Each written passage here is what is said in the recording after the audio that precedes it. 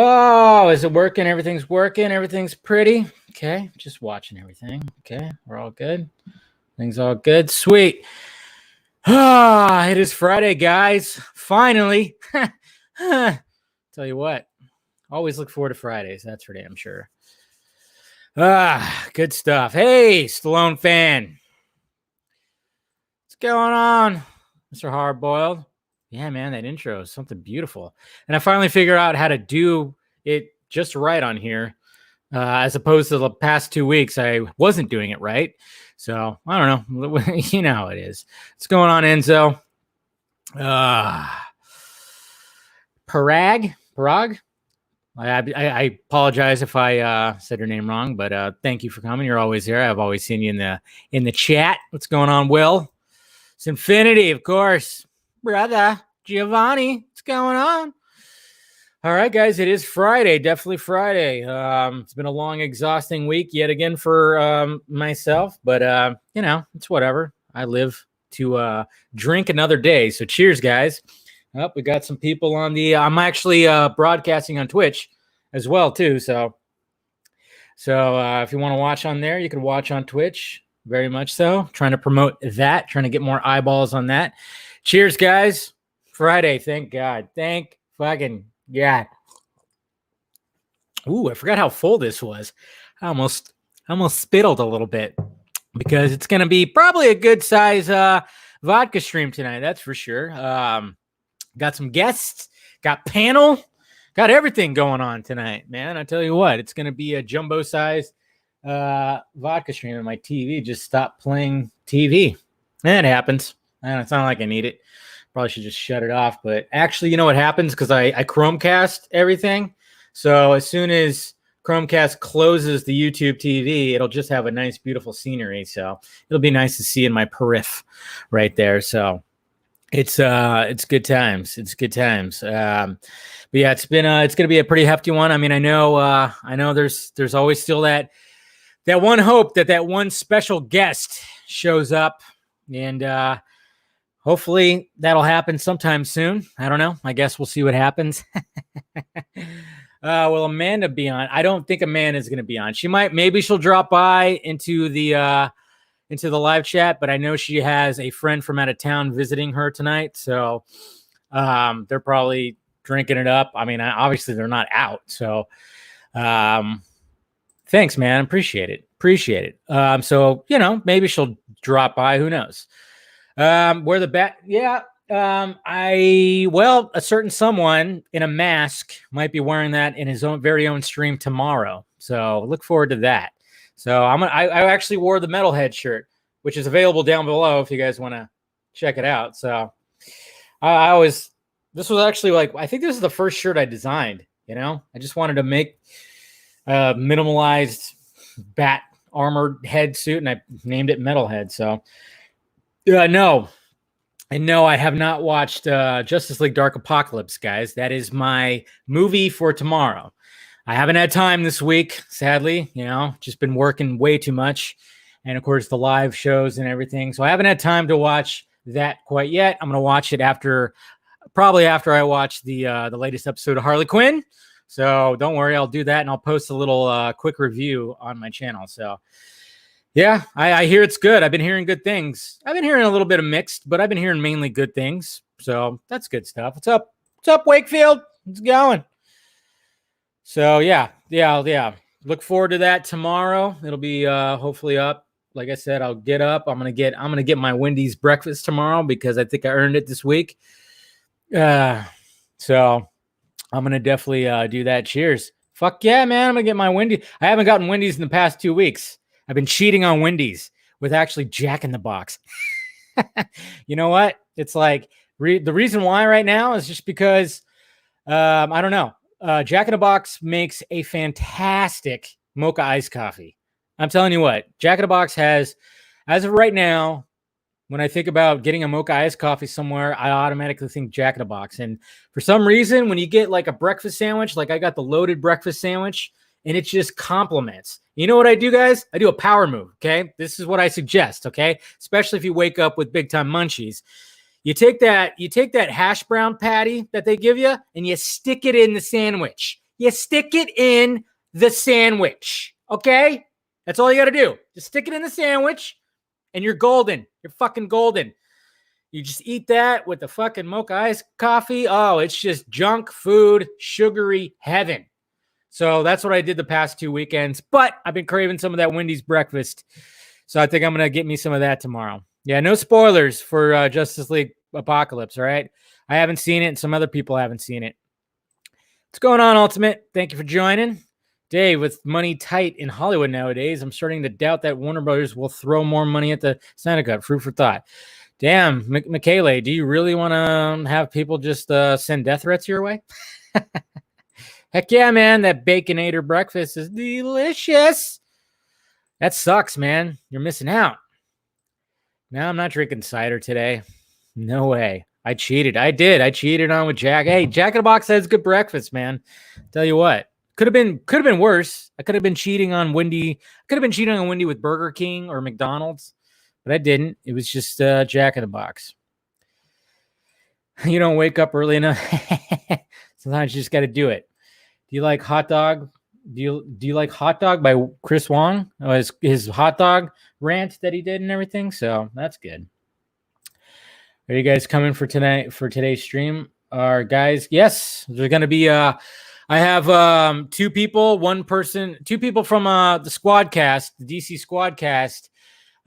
Tim and Scott, they're going to be joining me in just a little bit, and we're going to be chatting with those guys for a bit, get to know those two. Scott's been on the Vodka stream before. Tim, it'll be his first time, but I'm going to get those guys on here, and we're going to chat it up a little bit, get to know them, and then more shall join, and we'll probably have a full panel tonight.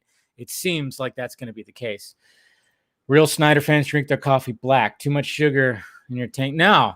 Okay, Fourth. Let me just let you know that Saturdays are my cheat day. Okay, so yeah, mocha iced coffee, delicious. Every other day of the week, 6 days a week, I'm drinking nothing but black coffee. Okay, when I go into work, they have 2 pots of coffee that are already prepared. It tastes burnt. It's not the greatest. It's Folgers. It's whatever.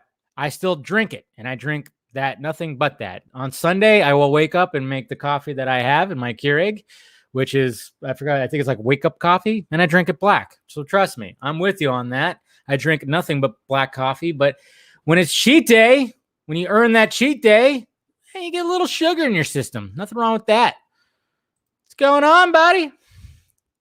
I know, fruit for thought, yeah. Well, fruit is a type of food, but it's all good.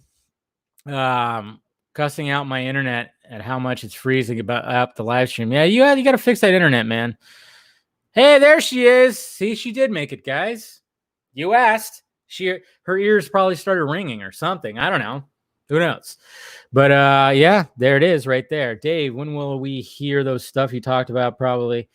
Just like, like I said, I'm doing like a whole Snyder Cut series, so probably drop some shit there. Don't worry. That's just going to take some time. It's just going to take some time. So, but there you go, guys. She is here. See? She loves you guys. I know Stallone. I know you love her. It's all good.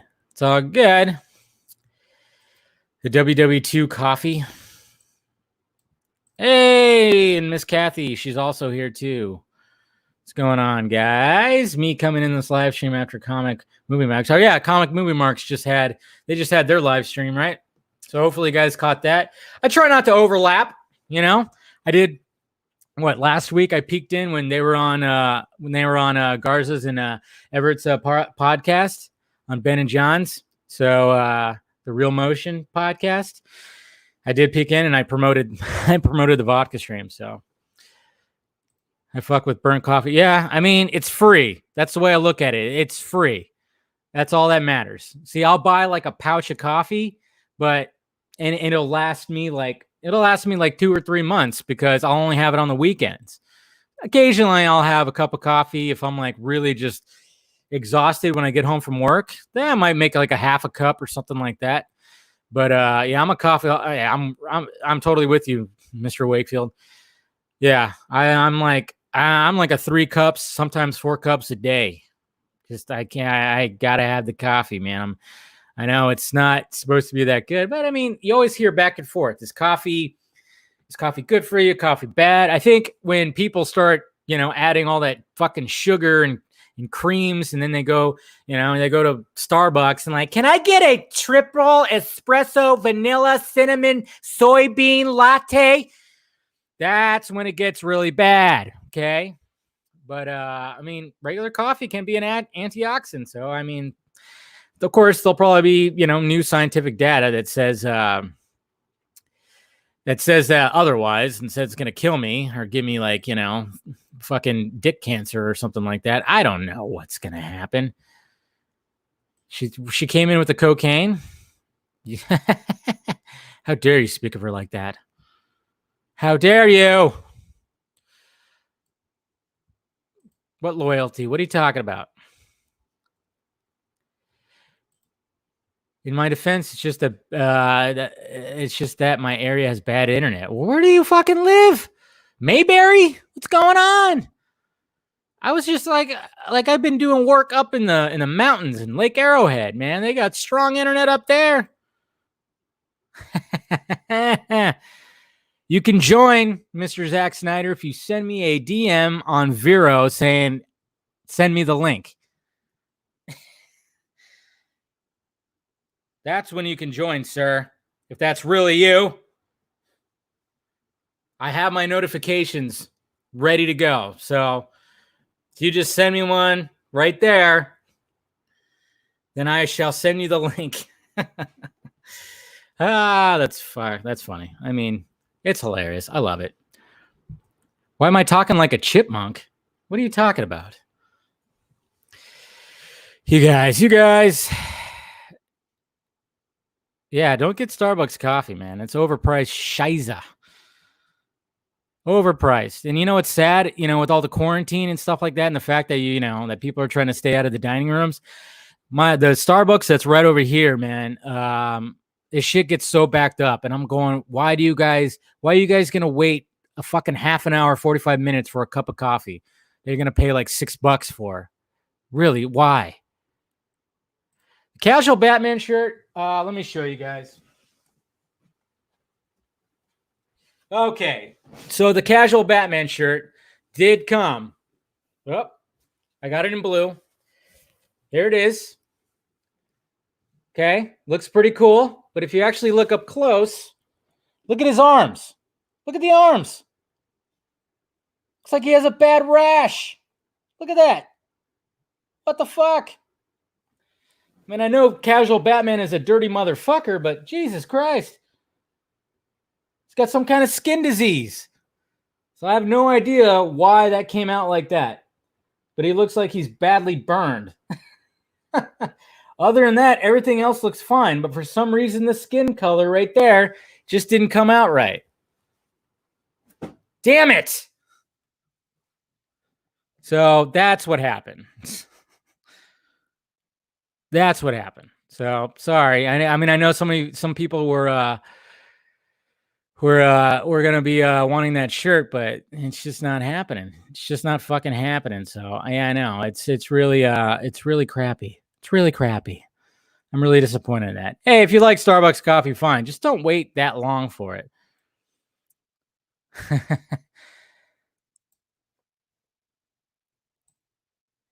Provide what? Okay, I'm trying to read all these right now. Sorry if I got silent there for a minute. Oh, I haven't watched that yet. I definitely want to. I'm probably going to listen to that sometime this weekend. Joe Rogan and stuff like that. I'm going to definitely do all that. That's going to be the first one, of course. Obviously, when he took a toke off of his marijuana cigarette, and his stock went down instantly after that. I mean, Musk is weird. I mean, even recently, didn't he like go off on like a weird like Twitter rampage and said he was going to sell all his shit? He's a character. I tell you what, he is a fucking character. Joe Rogan is Joe Rogan. Yeah, you better believe it. So, anyways, guys, all right. So I just wanted to chat with you guys for a little bit, show you the fucking casual Batman shirt. Yeah, disappointed. I don't know what happened with it. I don't know. Maybe I could tweak something with the image that I have and try again. I guess we'll see what happens. But yeah, would you say, hey Dave, you think the Ayer cut would make Birds of Prey better? Probably not.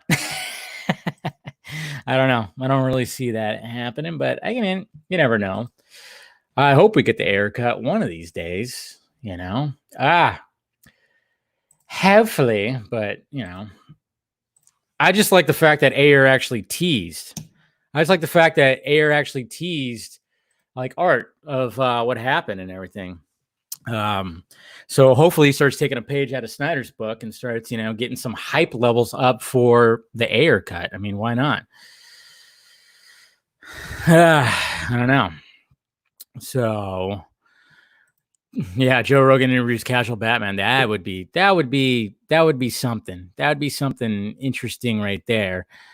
Bring in the boys. What, you don't want to talk to me? I'm entertaining you guys right now. Yes, the first celebrity did die. Roy from Siegfried and Roy died tonight. And no, he wasn't killed by Carol Baskin. Sorry, that was just the obvious joke. But yes, he actually he did pass away from COVID-19, so that sucks. So cheers to Roy. You know, I mean, guy was a pillar in the magic community. So cheers to Roy. But anyways, guys. Let me bring in my guests, of course. Let's go ahead and get these guys in here. We got Scott. We got Hey, Dave. Tim. Hey, there he is. Hey, there they are. All right, we got Scott and Tim from the DC Squadcast, founders of the DC Film Squadcast. I appreciate you guys coming in here. Scott, this is like what, your second time that you've been on the Vodka stream? Yeah, I was on after the Subway deal back in December. That's right. That's right. We all celebrated the Subway, talking about what kind of Snyder cut sandwich, what would it be and everything. Yeah, we had a good time with that. I think that one went on. That one went on into the wee hours of the night, and you guys are in the future. So I don't know. That could happen. That could happen tonight. You never know. Tim, this is your first time. How's it going? It is. How you doing? Can you hear me, Tim? Sorry. Wait, can you hear me, Tim? Yeah. Okay. Yeah. How you doing? Doing really good. All right, good. What are you guys drinking tonight? I finally finished off a bottle of Jameson's whiskey that I've literally been drinking for like the last 2 or 3 years. I gotta find my camera. There you go. Grand. How do you say that? Grand Marnier. Grand Marnier. Marnier. See, I knew I was going to say that. I was going to fuck that up, but never had it. Good, delicious, fantastic. Sweet? Okay, man, I have Marnier. to check it out. Marnier. And Scott, you're drinking the whiskey, right? Oh yeah, finally finished off this bottle that I've been good man, on. Drinking the good stuff. The James. Oh, yeah. Dude, I thought about getting a bottle of that tonight. I was I hesitant, but I just bought more vodka because why not? By the way, I love your shirt. Thank you. Where'd you get that shirt? I got it so many years ago, I couldn't even tell you where I got it. I just know that after losing 30 pounds, it finally fits again. So that's good. Wow, lost 30 pounds, really? Yeah, I spent 2 months. I was hearing about your cheat days. I was like, oh yeah, I know all about that right now. Right. I mean, that's what you really got to do if you really want to approach, like, especially now with all the people quarantining at home and everything. I mean, you could really come out of this thing like fat, or you can come out fit. You really can. And you really just got to have that discipline. That's what I always try to say. It's like, hey, earn a cheat day, eat clean, and then just go at it for like one day of the week. So that's the way I like to deal with it. Anyways, guys, thank you for joining. So you guys are part of the Squadcast podcast. Well, let's see here. Let me pull it up here. If you guys want to check it out, it's suicidesquadcast.com. You can find all their episodes. You got multiple people running this thing, but you guys are mainly the founders of this.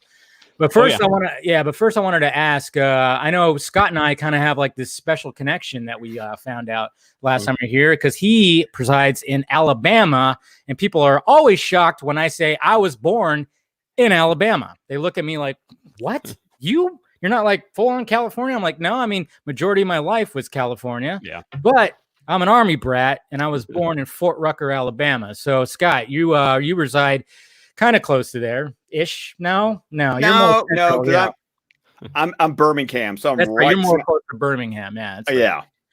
So that's where you're currently at right now. Tim, where you located? So I'm outside of Chicago. I'm actually in northern Indiana, very Okay. north side of part of Indiana, Okay. close to Notre Dame. Nice. Have you been there most of your life, Yep. or is that like a new spot or anything? For me, no. So I mean, Yeah. I've actually always lived here. I grew up outside of Chicago. Okay. So you've always been there. And Scott, you're a teacher in Alabama, right? Or where you're at? English teacher. English Absolutely. teacher. Yes, I know. I remember the last time you were on here, your background was your bookshelf, which was just ginormous. I mean, that was a bookshelf of all bookshelves right there. Very impressive. What grade do you teach? Or is it high school? Currently, this is my first year teaching 8th grade. I spent the last 10 years teaching 6th graders, but I got sick and tired of 11-year-olds. So, ouch. And with everything that's happening right now with like the quarantine, were you doing like the whole Zoom sessions and video sessions and everything? Once I have 5 classes, so I've been doing Google Hangouts once a week. So I get 3 on Wednesday, 2 on Fridays. Other than that, it's just using a program called Google Classroom to post basically a lesson plan for the entire week to say, hey, if you do this on this day, this on this day, this and this day, if you work 30 minutes a day, you'll be done. Turn it in by next Monday. Okay, so that's what I'm hearing. I'm hearing like now that teachers and class is basically taking place online, it does not take a full day. It doesn't take like a full school day. Really, you could get done with it in just like a couple of hours, right? Is that what's happening? That's what it should be. I don't know what the other, I only teach English, so I don't know what the math teacher and the science teacher and the social studies teacher are doing. I do know that my plan is if you do what I ask you to do per day, I don't expect you to spend more than 20 to 30 minutes because I'm also now teaching my 7-year-old 1st grade. And that takes about 2 hours a day to get him through all of his work because trying to convince a 7-year-old to do schoolwork at home is difficult. Yes. Yeah. To put it lightly, probably. And Tim, how you handling the quarantine? Do you have like an actual day job or is like Squadcast your full thing? What's going on with you? Yeah, I've been handling it pretty well. But I need to.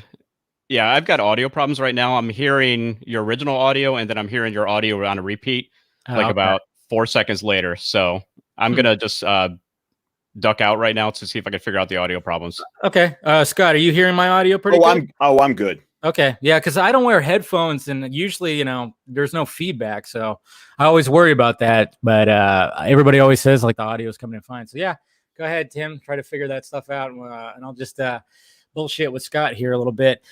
What I wanted to ask about Squadcast is like, how did it begin? Was it both of you? Was it one of you?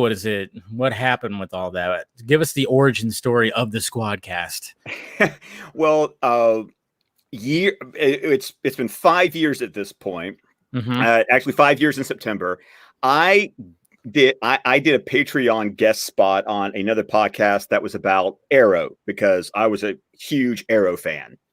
And at the end of that show, they did a little bit where it was like, okay, now you get to pick the topic. And so I picked Batman the Animated Series, and I can extemporaneate about that show forever. And Tim apparently heard me on that show, DM'd me on Twitter and was like, hey, you have a good voice. You obviously know what you're talking about. Yeah.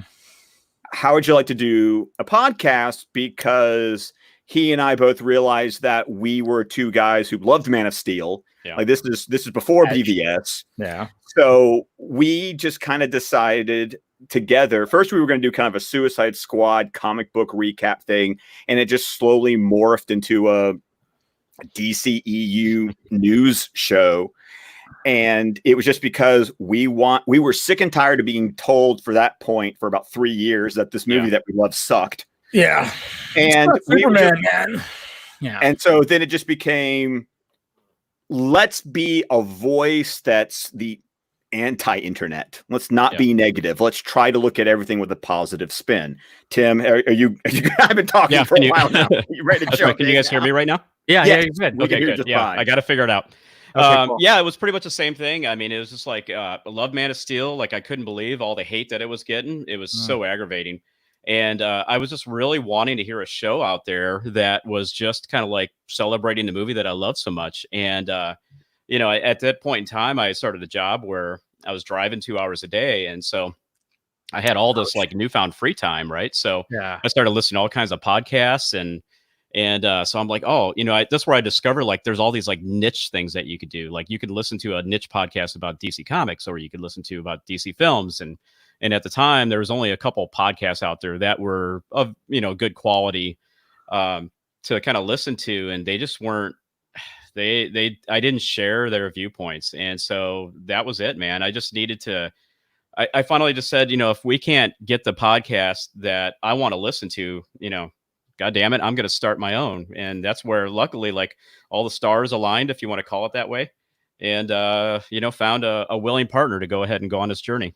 Well, how romantic does that sound? Very romantic. Oh my God, we are such a married couple. It is ridiculous. Jeez. Dave, here's something else, Dave. I had no idea what this guy even looked like. This is the first time I've ever seen this guy on video. The first time? You just heard No, he's totally lying. I know that. But but you do have a really good voice, Scott. You definitely have a voice for podcasting and broadcasting. So do you, Tim. My voice, I kind of get annoyed with it after a while.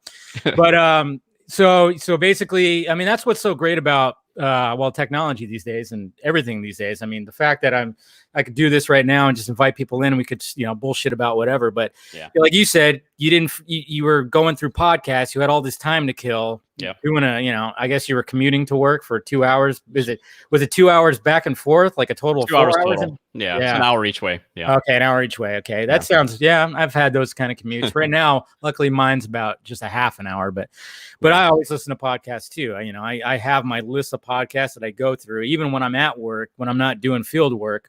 I got an earbud in my ear and I'm listening to podcasts. I hardly ever listen to music. Every now and again when I'm at home, I'll listen to music. But if I'm working, I'm usually listening to a podcast. But I like the fact that nowadays we can just like, okay, I'm not hearing what I want to hear, so I'm just going to do it myself, And all you really need is a microphone, a camera, and boom. That's what I always try to tell people when I get hit up, like, what do I do? How do I start a channel? I'm like, just turn on the camera and just start saying shit. Just say shit into the microphone, express your opinion, find your audience. Everything's going to be trial and error. I mean, I've had my back and forth with trial and error. I'm sure you guys have had it too. I mean, what I really like about your website though, it is fucking clean. I was going through your guys' website. I'm like, this thing is clean. I wish I had a website like this. I mean, there's nothing. You guys use Squarespace, which I always thought about using. I've always been a WordPress guy, but I don't know. Now I'm thinking about Squarespace because everything's nice and organized and just, like I said, nice and clean. So you can find all the episodes there. Like I said, suicidesquadcast.com. Yeah. Speaking of DC films, I actually wanted to ask you guys, since of course you guys are lovers of Man of Steel and everything. Right. What was your when it comes to past DC films? Did you ever think that we would ever be in a spot where we're kind of waiting to see a version of a movie? Talking about the Snyder Cut, and where do you think? Well, and I kind of want to get your opinion on where things are going now. Like some people are iffy about where it's headed now. Do you? First off, what is your favorite like DCEU movie? Is it Man of Steel all around?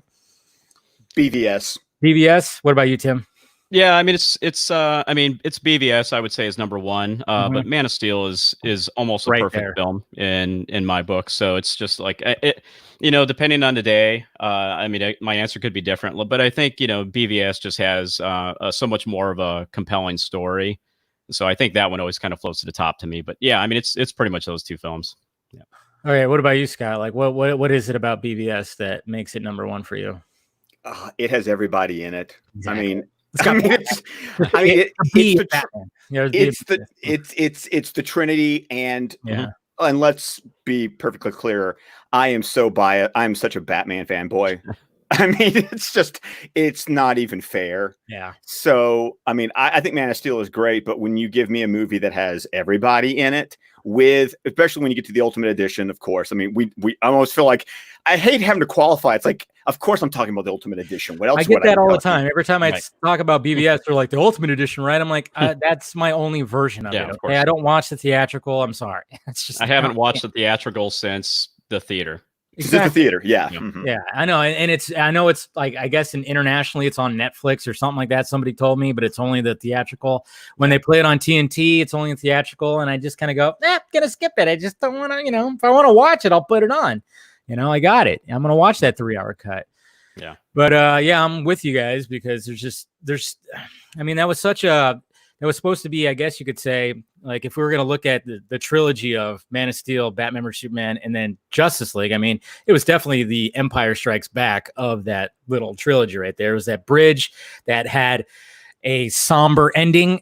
It ended on a note that was very somber, which is what I think we kind of like about Empire Strikes Back, where it's just like you got this bridge between the two movies and it's just a bunch of shit happens and it kind of ends on a downer.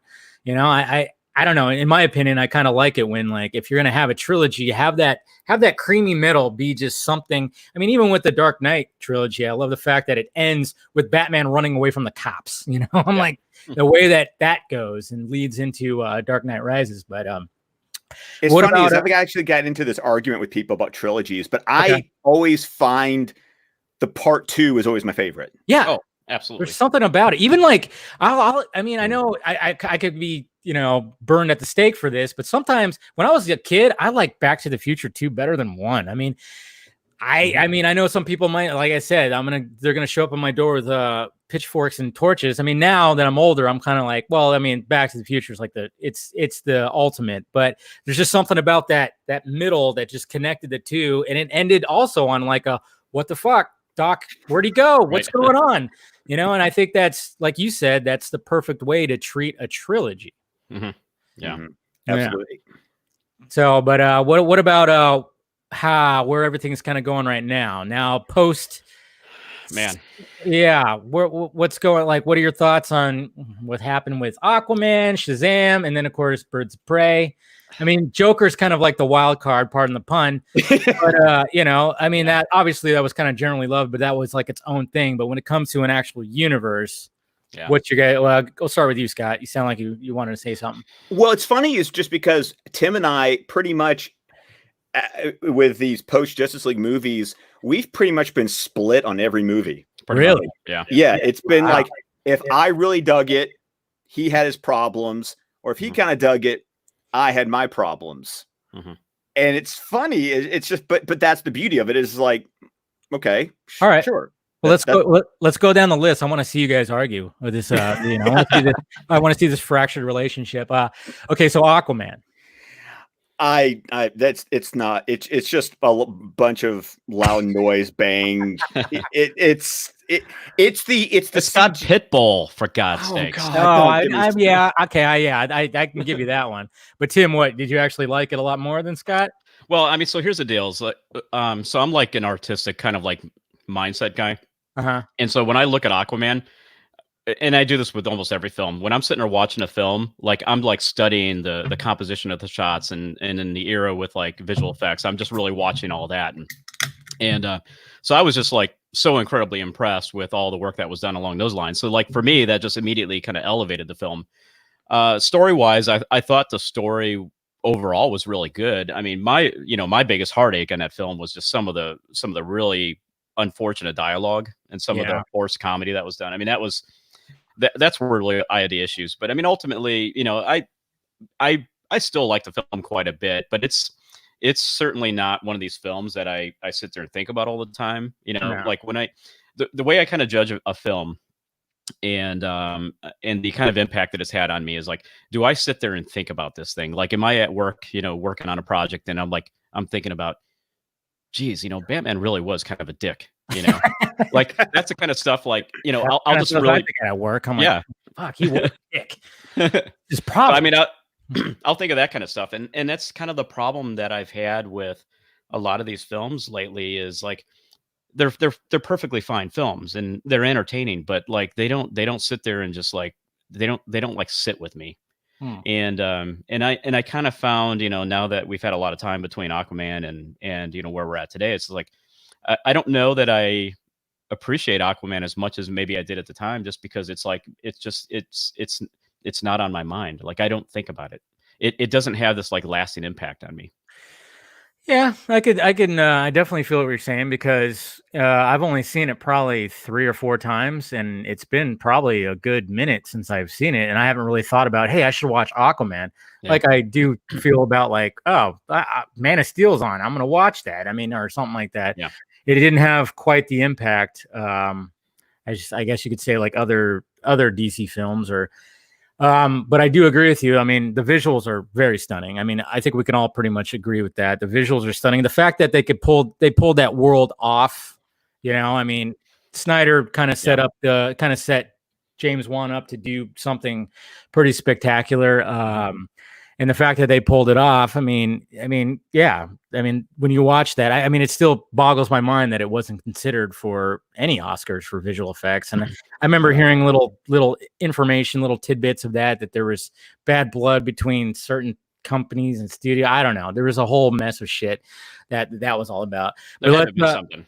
Yeah, there was something there because there's no way you pass that up. I mean, even if you didn't like the film, you could be like, well, there's some pretty stunning shots in that movie. Oh, the VFX are bar none. I mean, they're fantastic. Yeah, across the board, no matter how you felt about it, there is cheesy dialogue, there's cheesy jokes.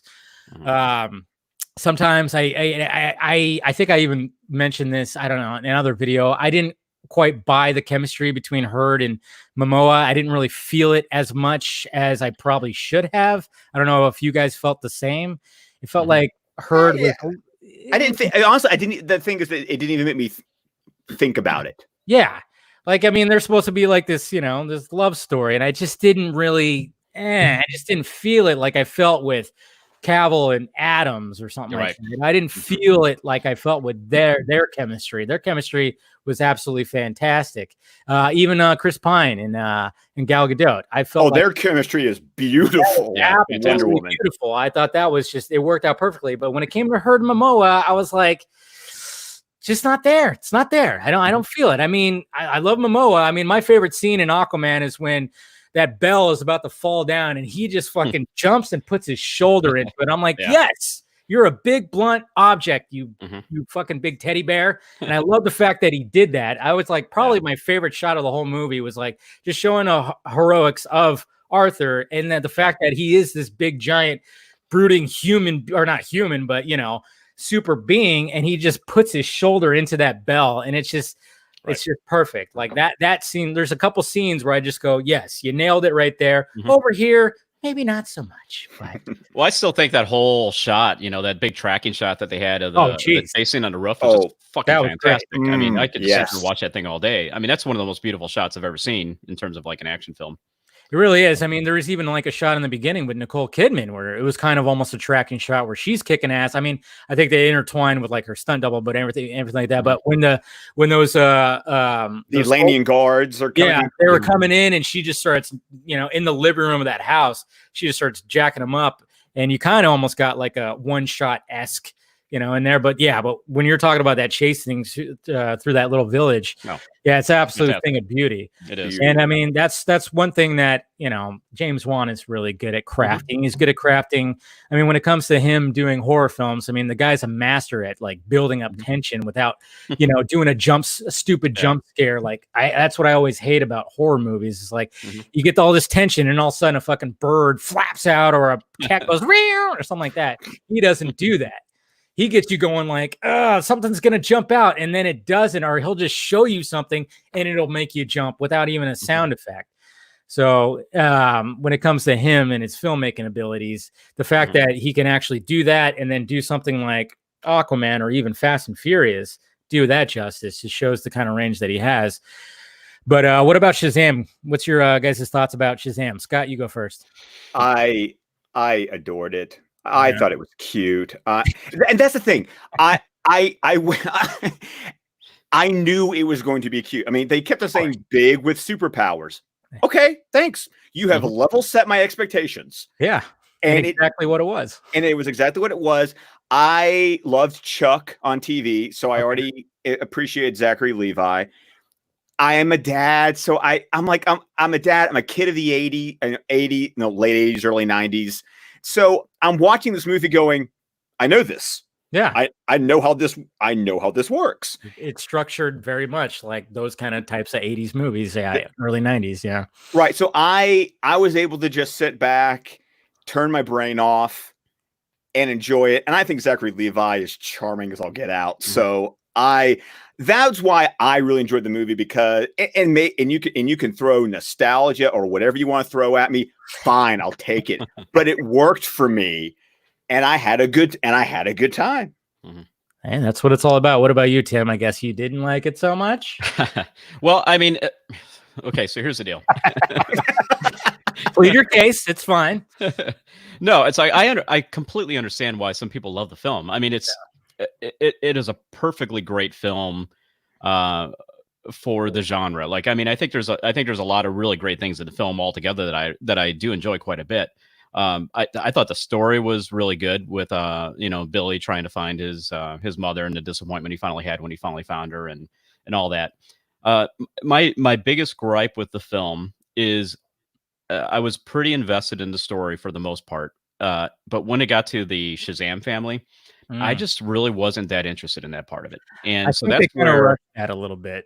Yeah. I think it could have been saved for the sequel, but at the same time, I kind of understand it in a way. Yeah. And I think, like, for the most part, I mean, it worked. If you just really just want to turn off your brain and just enjoy something, it kind of worked. But at the same time, I thought, it was a little too soon, I think, for that.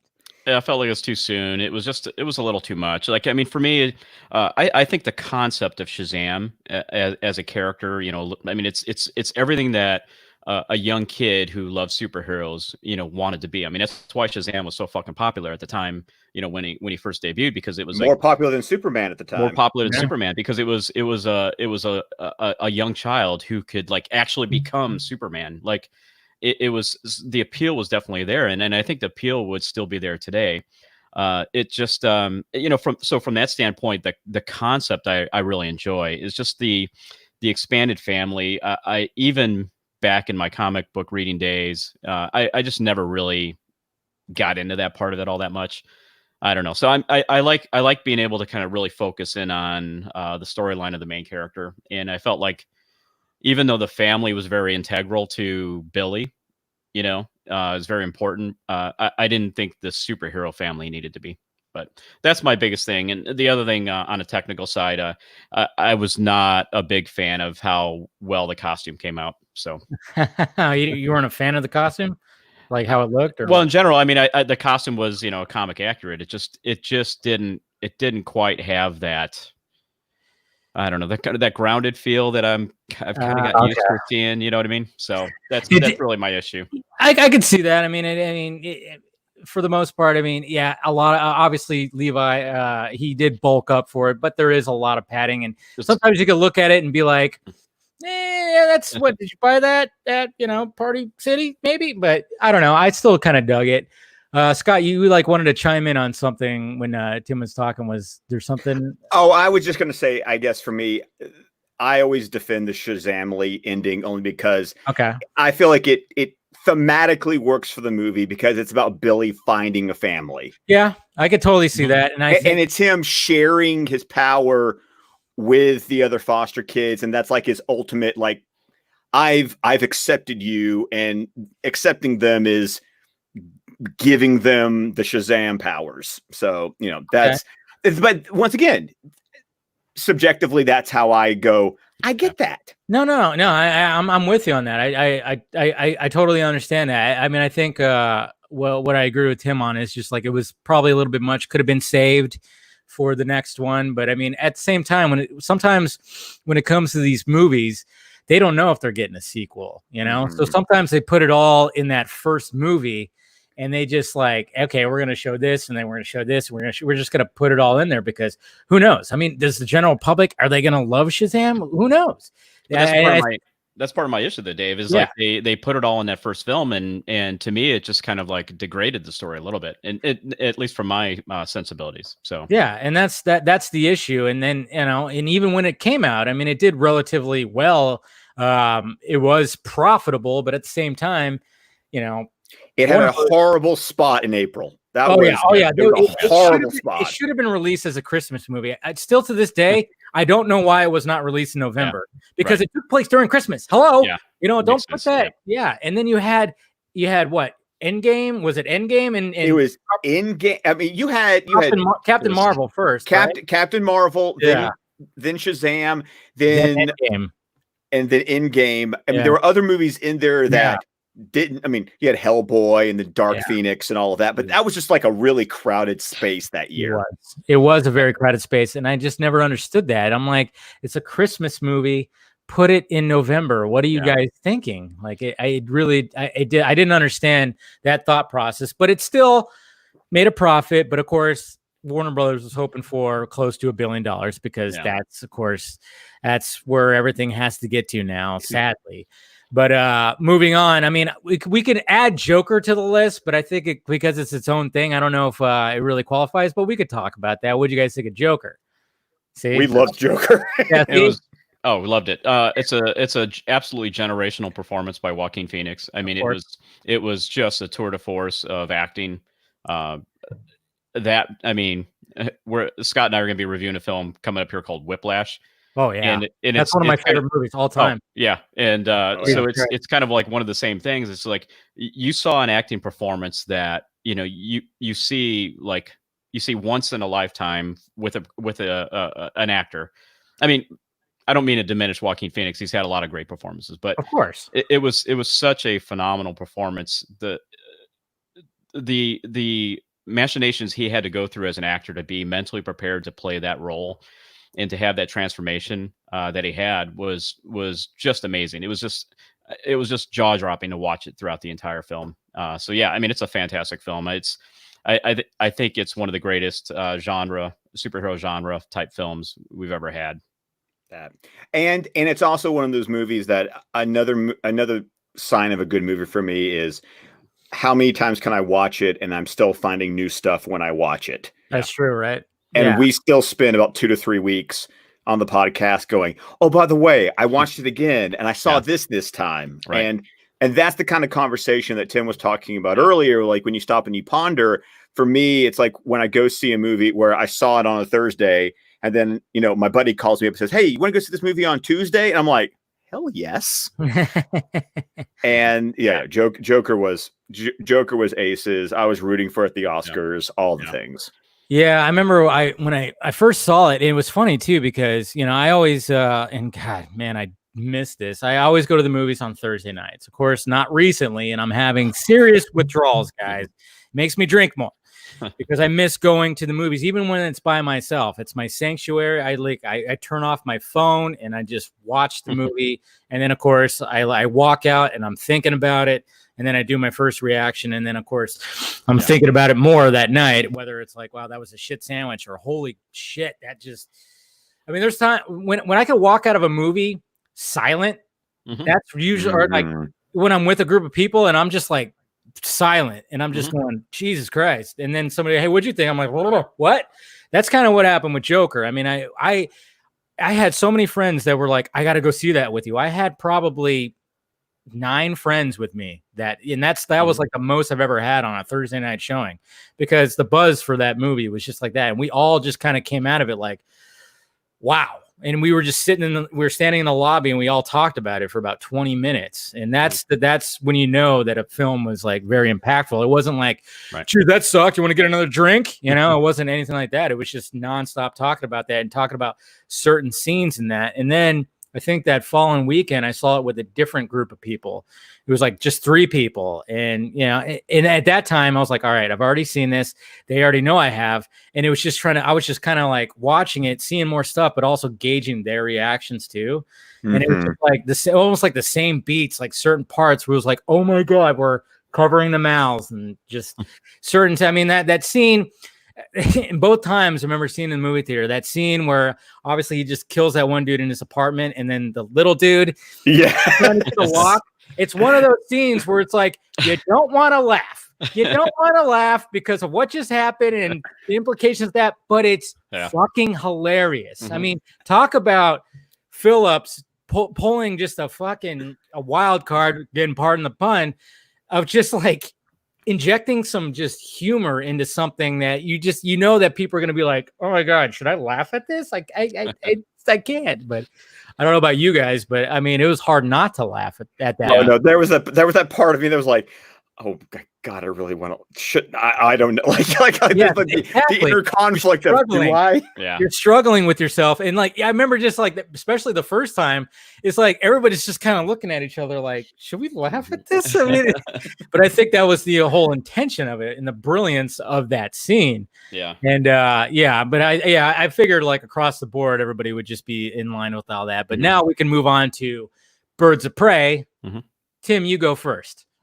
Yeah, I mean, I like Birds of Prey an awful lot. Okay. I wouldn't say I loved it, but I definitely liked the film. I mean, Kathy Ann did something, she did something pretty creative with it. I mean, I think the angle she took with the whole quote unquote girl gang thing, I thought was pretty well done.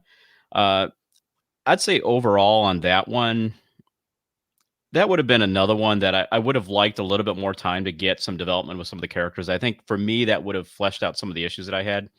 Like I felt like the biggest miss in that was the background for Huntress.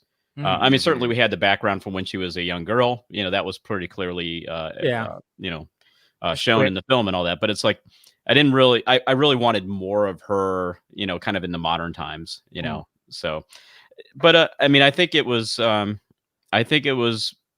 a pretty good film. I have to be honest though.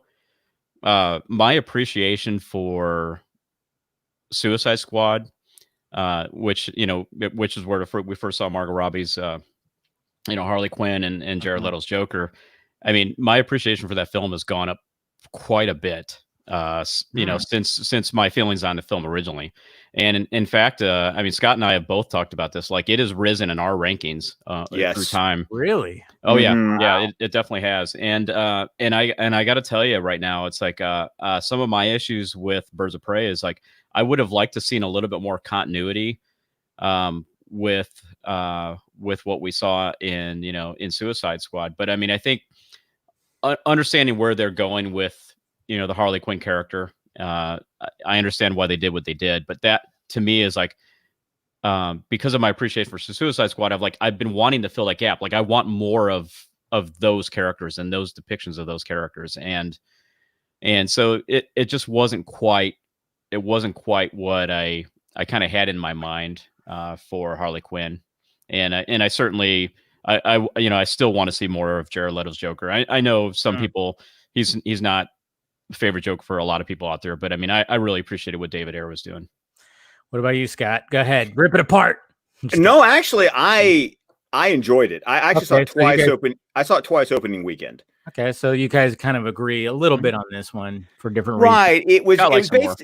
Right. I liked it more than he did, but what got me the second time around, because the first time I just I had some Suicide Squad-esque feelings, like the first time I saw Suicide Squad, where the first 20 minutes are coming at me, and I'm just like, can you slow down and just have can we get to the story? Wax, yeah. And Suicide Squad and Birds of Prey both do the same thing. They hit you really hard the first 10 minutes, like a Baz Luhrmann movie, and then it settles down, and by the time you get to the second act, it's like, oh, okay, let's breathe a little bit. I like what you're doing here. The thing that got me the second time, I still enjoy the movie. It is what it is, and I enjoy it. I enjoy it for what it is.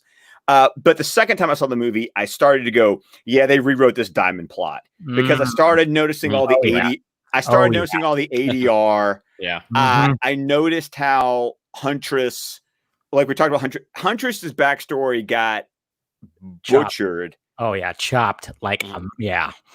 I mean that I don't have to know any backstory. I don't actually know any backstory. I don't know any rumors or anything.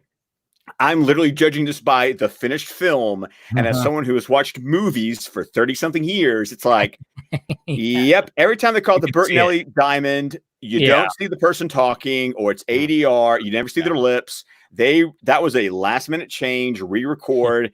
Huntress probably had a lot more scenes that got chopped to pieces. Yeah. And so I can still enjoy the movie for what it is, but there's still that part of me that just goes, yes, what if, what's that other And I'm getting sick and tired of that. I'm getting sick and tired of what's this other version? I know. It seems like when we watch these movies, there's always an other version. What the fuck? Yeah.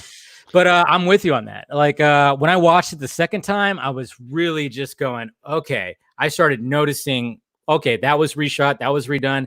And like you said, anytime they explain the diamond, and you know, the rumor was, I mean, it was a scoop by Miss Grace Randolph who said, like, yeah, the initial plot was the diamond had dick pics in it of Black Mask.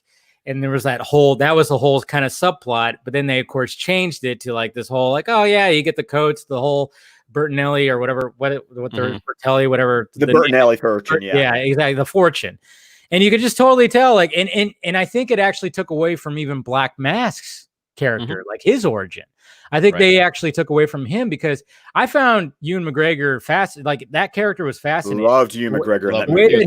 Yes, I thought he was absolutely fantastic. So did Chris Messina as Zaz. I thought he was like, I was like, I want to see more of them. And I have a feeling that initially there was going to be like a little bit more of them. And, you know, when it came to the plot, I found it a little too easy. I found it a little too easy when all of a sudden, what's her name? Just like pickpockets Zaz, just the diamond, just reaches in his pocket and pulls it out. I'm like, it was really that easy? They're going to make it that easy for her to get the diamond? I just thought that was probably a reshoot or something. I don't know. I don't know. I don't, when it comes to Cassie Cain's character, I'm like, you didn't really need to make it Cassie Cain because it's not Cassie Cain that I know from the books. Right. Oh, not at all. I think we made the same point. Yeah. It could have been any other name that you could have given this character, and that's it. But the fact that they wanted to, hey, the fanboys and everybody will know that name.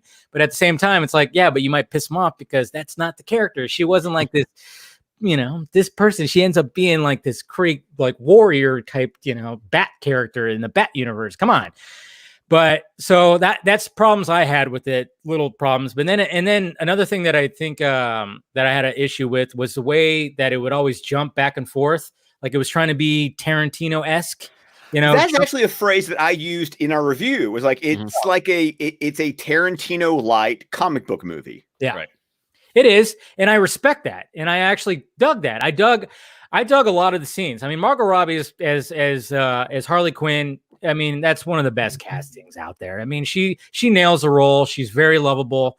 And I love the fact that she was like, let's go hard with an R rating and let's like no holds bar. I want to just beat the shit out of people. And I want bullets flying over my head and I want to inhale cocaine as it's floating through the air. I thought that scene was absolutely fantastic. But yeah, when it came to the storytelling jumping back and forth, I found it a little jarring. You know, especially when I watched the second time, it was like, okay, we're jumping back and forth. She's telling this story. She's narrating. I dig it, but it just felt a little jarring for me. I don't know if it felt like that for you guys. I think I commented on that in a review, that it felt like it was a little too long in some of the flashbacks. But yeah, I mean, that's a common technique and filmmakers and screenwriters will use, you know, to do that. Like, I don't generally have a problem with it. I don't think I necessarily had a problem with this one. It just, I think it was just how long the flashback was my issue. Yeah, that was exactly that was exactly what you said on the review. It was like it went so long that when I forgot when you were like, oh wait a minute, now I'm in present time. Yeah. I think it was trying to be something a little bit with all that, but I thought, you know, the overall action was great. I thought, of course, the police station scene was fantastic, and I know there's some people that have issues with that, but then you also got to take in that this is Harley Quinn telling a story. So when she's like shooting a shotgun full of confetti, you know, this is coming out of her brain.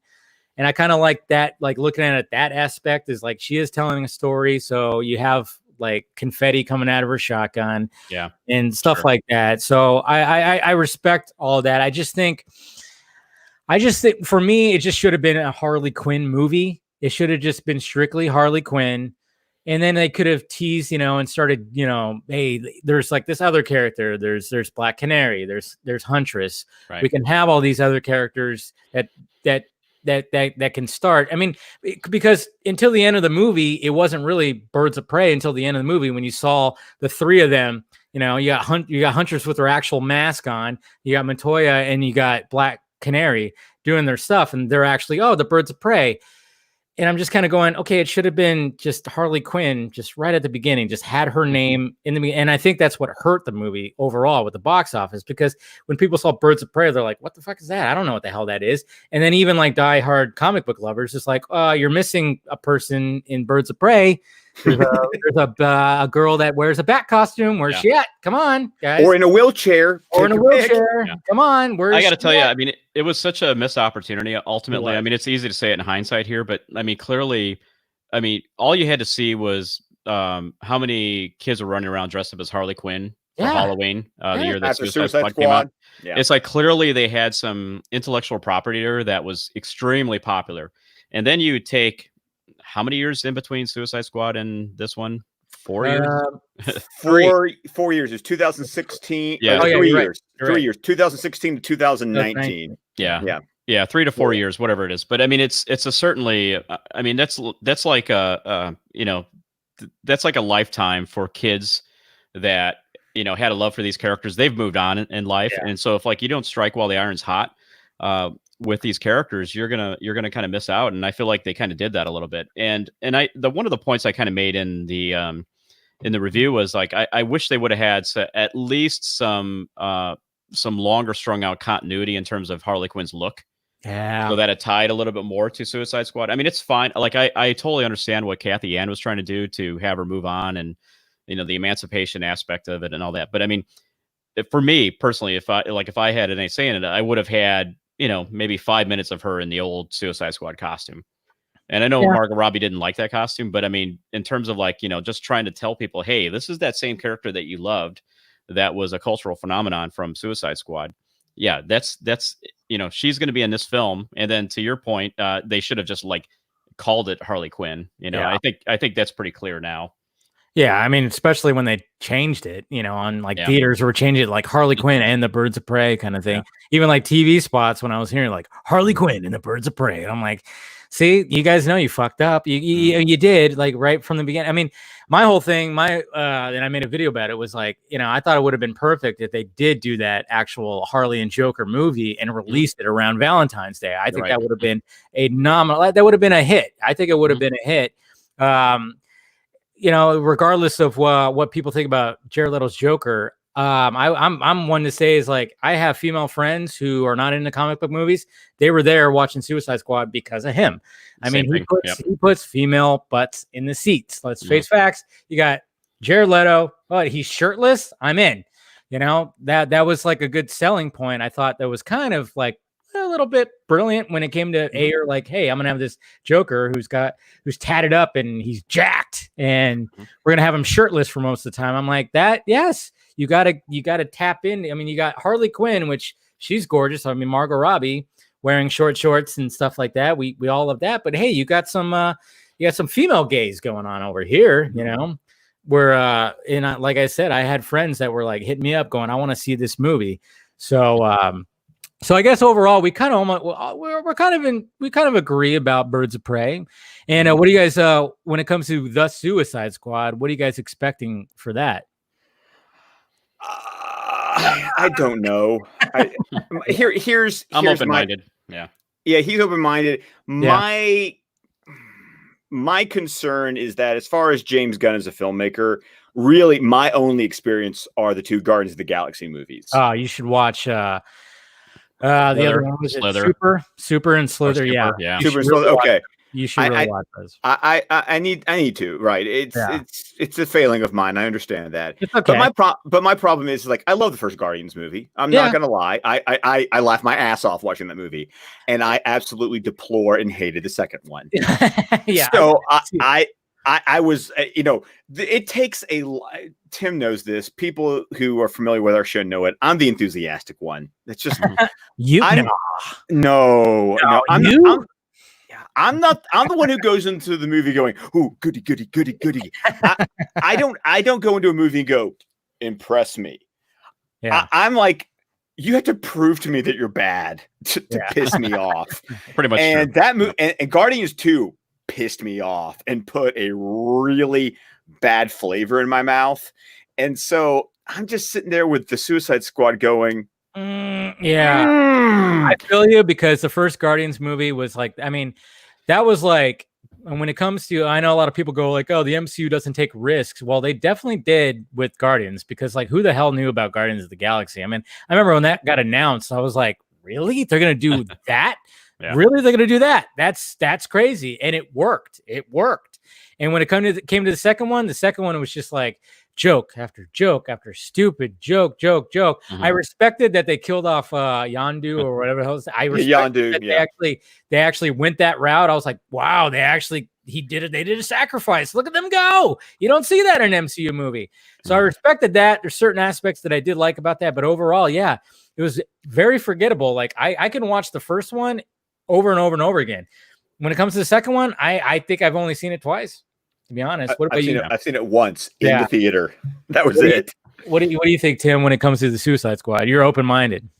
I'm open-minded, and I would basically kind of add on to a point we just made a little bit ago is in Scott's perspective, James Gunn is Guardians of the Galaxy. Yeah. There are two different James Gunns that are out there. There's the James Gunn that did Slither, did Super, and wrote Dawn of the Dead, and I saw Dawn of the Dead, and that was fantastic. And then helped, I guess, produce the Brightburn, which was I thought was pretty. I liked it. I dug it. So I don't know about you guys, but yeah, I don't know how much I give him credit for influence on that film, but I mean, certainly as a filmmaker, two other films that we can look at, and you know, those are non-Marvel, non-Disney films, R-rated horror movie. Well, like not super, but one of them is, and the other one's just like this character study. Yeah. Right. Yeah. So that's just it. That's why I'm open-minded, because I mean, I know there's a different side of this filmmaker, and so the question will really be answered. Well, two things will be answered. Like, is Warner Brothers still trying to really influence tone? And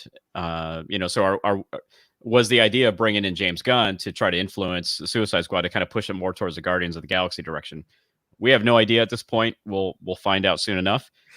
So that's the one thing. The second thing is, like, you know, where if he does have creative control, James Gunn, like, where does he really want to be? And so I'm really interested to see where that lands. Yeah, it's interesting. I mean, from what I've seen from the set photos, I'm like, okay, what's going on here? Like, specifically when you see Margot Robbie in like this red dress with boots, and she's got a javelin, you know, and I'm like, what happened? I want to know what happened. And I remember when like the first set photos, when it showed like these groups that look like a cosplay, look like, you know, they were at Comic-Con, just a group together. And I'm going, yeah, and a lot of people were shitting on it. Like, look at these costumes. See, look at that. They went a wrong direction. I'm going, well, I want to know the context first, because it does seem a little ridiculous. But at the same time, I'm like, what's the context? And, you know, this is Suicide Squad. So I'm thinking a lot of these people are not going to last for sure. Well, I mean, and parts of me that go, okay, you know, one, I never judge set photos because, dear God, 5 years of 5 years of doing this podcast. Why people haven't learned their lesson when it comes to set photos, I don't know it. But another thing is, I love Ostrander's run on Suicide Squad, and that's what this is based off of. And this is what this is based off. I mean, and Ayer did a wonderful sort of Ostrander New 52 amalgam a little bit, in his movie. But I mean, the font is the Ostrander font. Oh yeah, totally. And so there's parts of me that go, I'm like, I'm open-minded too. It's just, I wish I could have that enthusiasm back. Yeah. And the problem is Warner Brothers has gotten me to this point where you have to earn my enthusiasm. Yeah, I am not just freely giving my enthusiasm anymore. Yeah, that's true. That's true. Yeah, I mean, I guess we'll see. And I mean, it's really up in the air about the rating of it. I know like Gunn is teased about it, and I think we're all kind of hoping for an R rating. I mean, if it goes PG-13, whatever. I'm not going to like dwell on that whole thing. I'm not going to be like, oh, fuck, they fucked up. They're not going to do an R rating.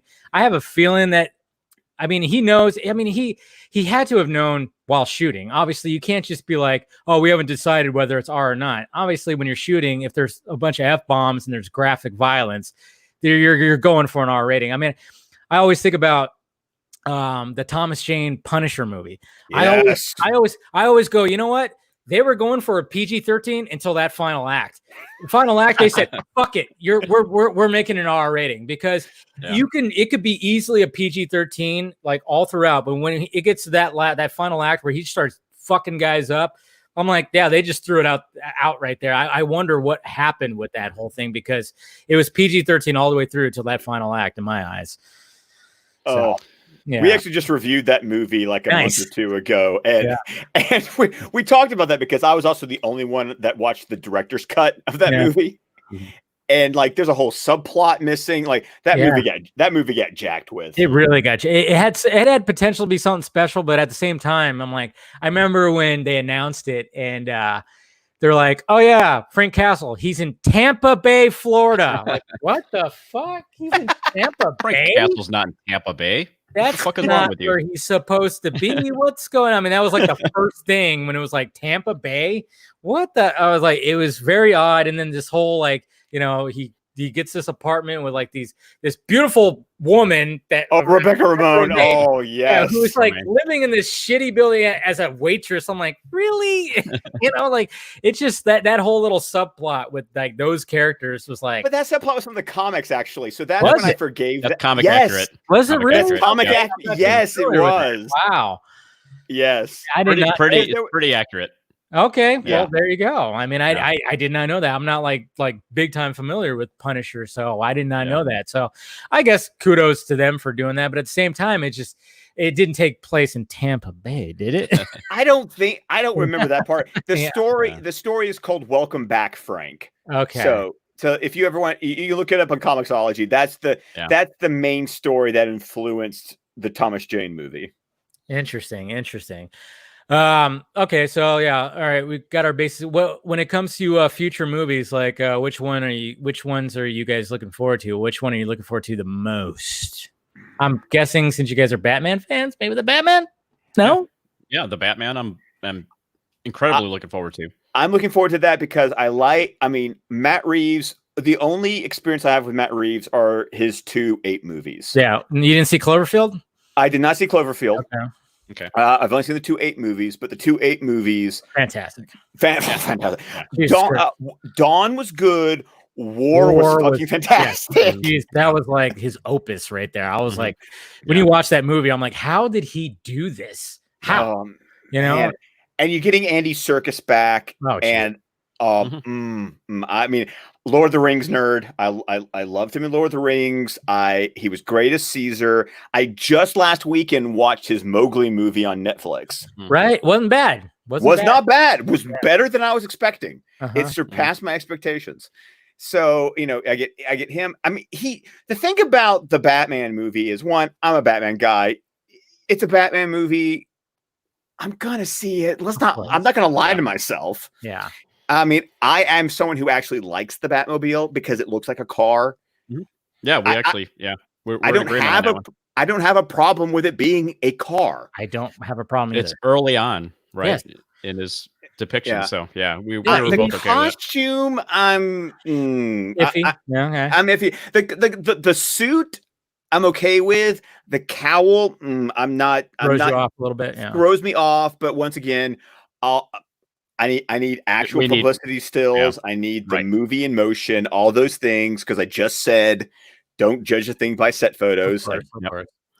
But you also get Michael Giacchino doing the music, and I've loved Giacchino since Alias and Mission Impossible 3 and all those things. Yeah. So,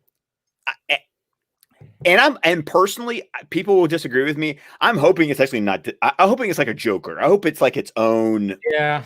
Like it's its own little Elseworlds thing. Well, I think what Reeves really wants to do is like he wants it to be its own thing, but he wants to still expand the Bat universe, which that's what I'm really looking forward to, is him expanding the Bat universe. I mean, obviously, it just seems like after Justice League expanding the entire universe, they just kind of fucked that up. Obviously, they did. Yes. So it's like, okay, what else do we have? Oh, we have Batman. Batman is our biggest property he has a universe.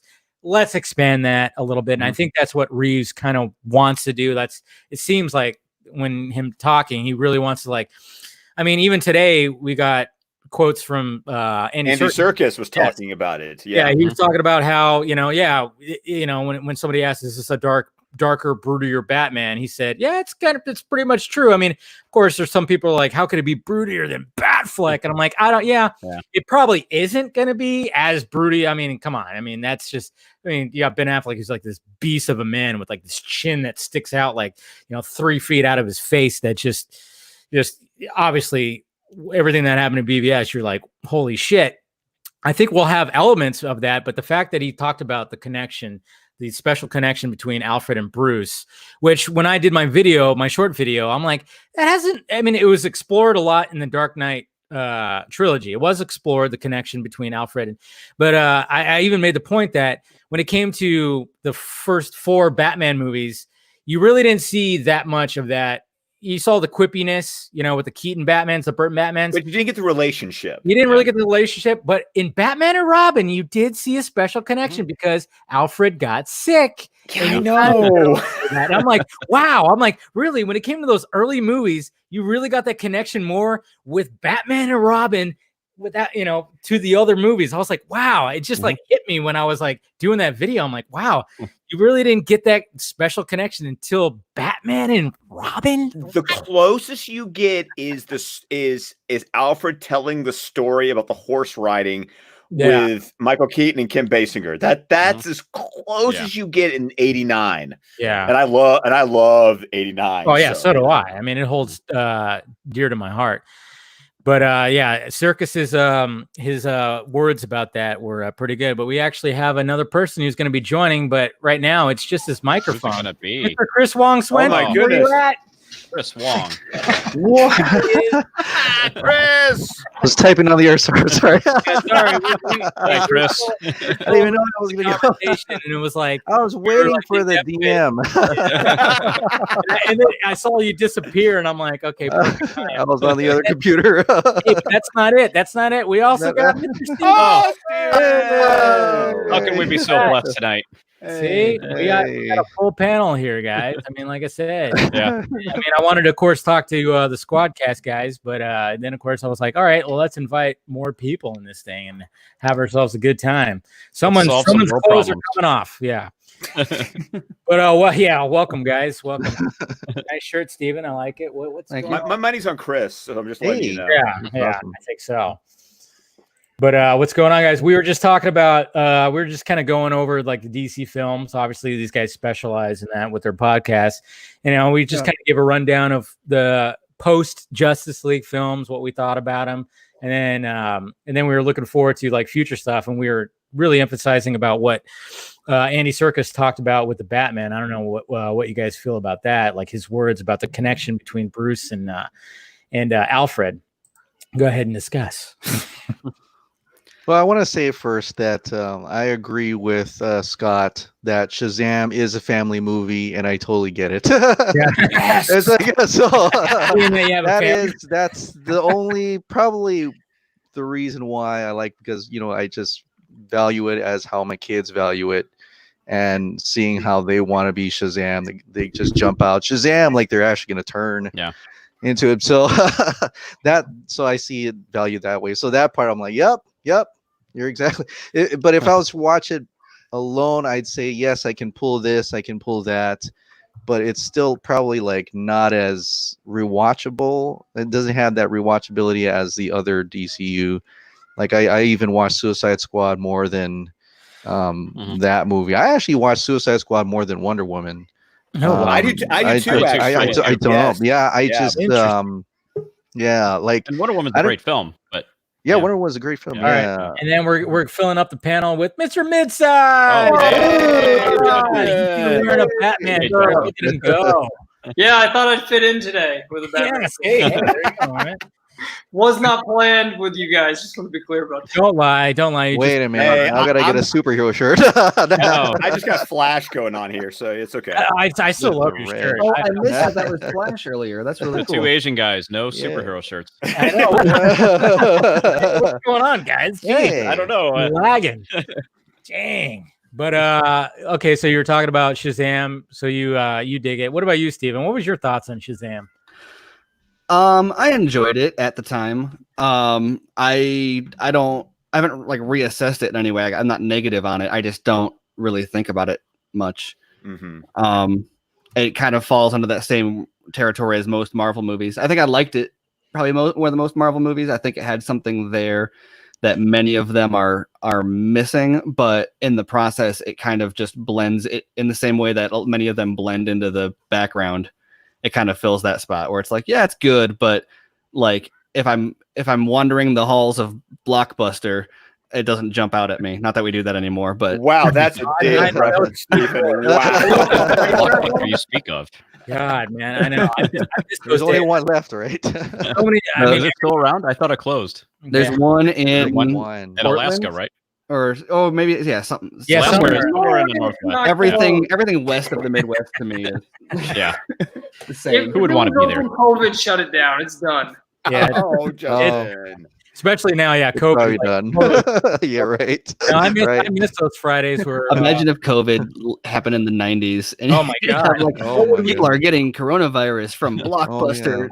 There was like no streaming Please service. Like, we're so rewind and bored. sanitize before you return. You got to quarantine at home with your Rewind, VHS sanitize. tapes. Yeah. Oh no, We have to I rewind. remember what this was like Yes. because everyone can make fun of the South all they want. Go ahead, We do. but we have the blizzard of '93, and I was trapped in my house with my family for 4 days, and school didn't go back for 2 weeks. You know what's They funny? had an about inch of Wow. snow, by you the know way. what's funny about that, Scott? That's when I Wow. moved to California. 1990. Really? I Oh. just missed that shit. Just missed. Oh my god! That was when I moved to California. We just missed. Wow. Yeah. Oh man, that's like that story that you all tell. It's like, you remember '93? Yeah. And then you take a drink. Yeah. What were we gonna say, Justin?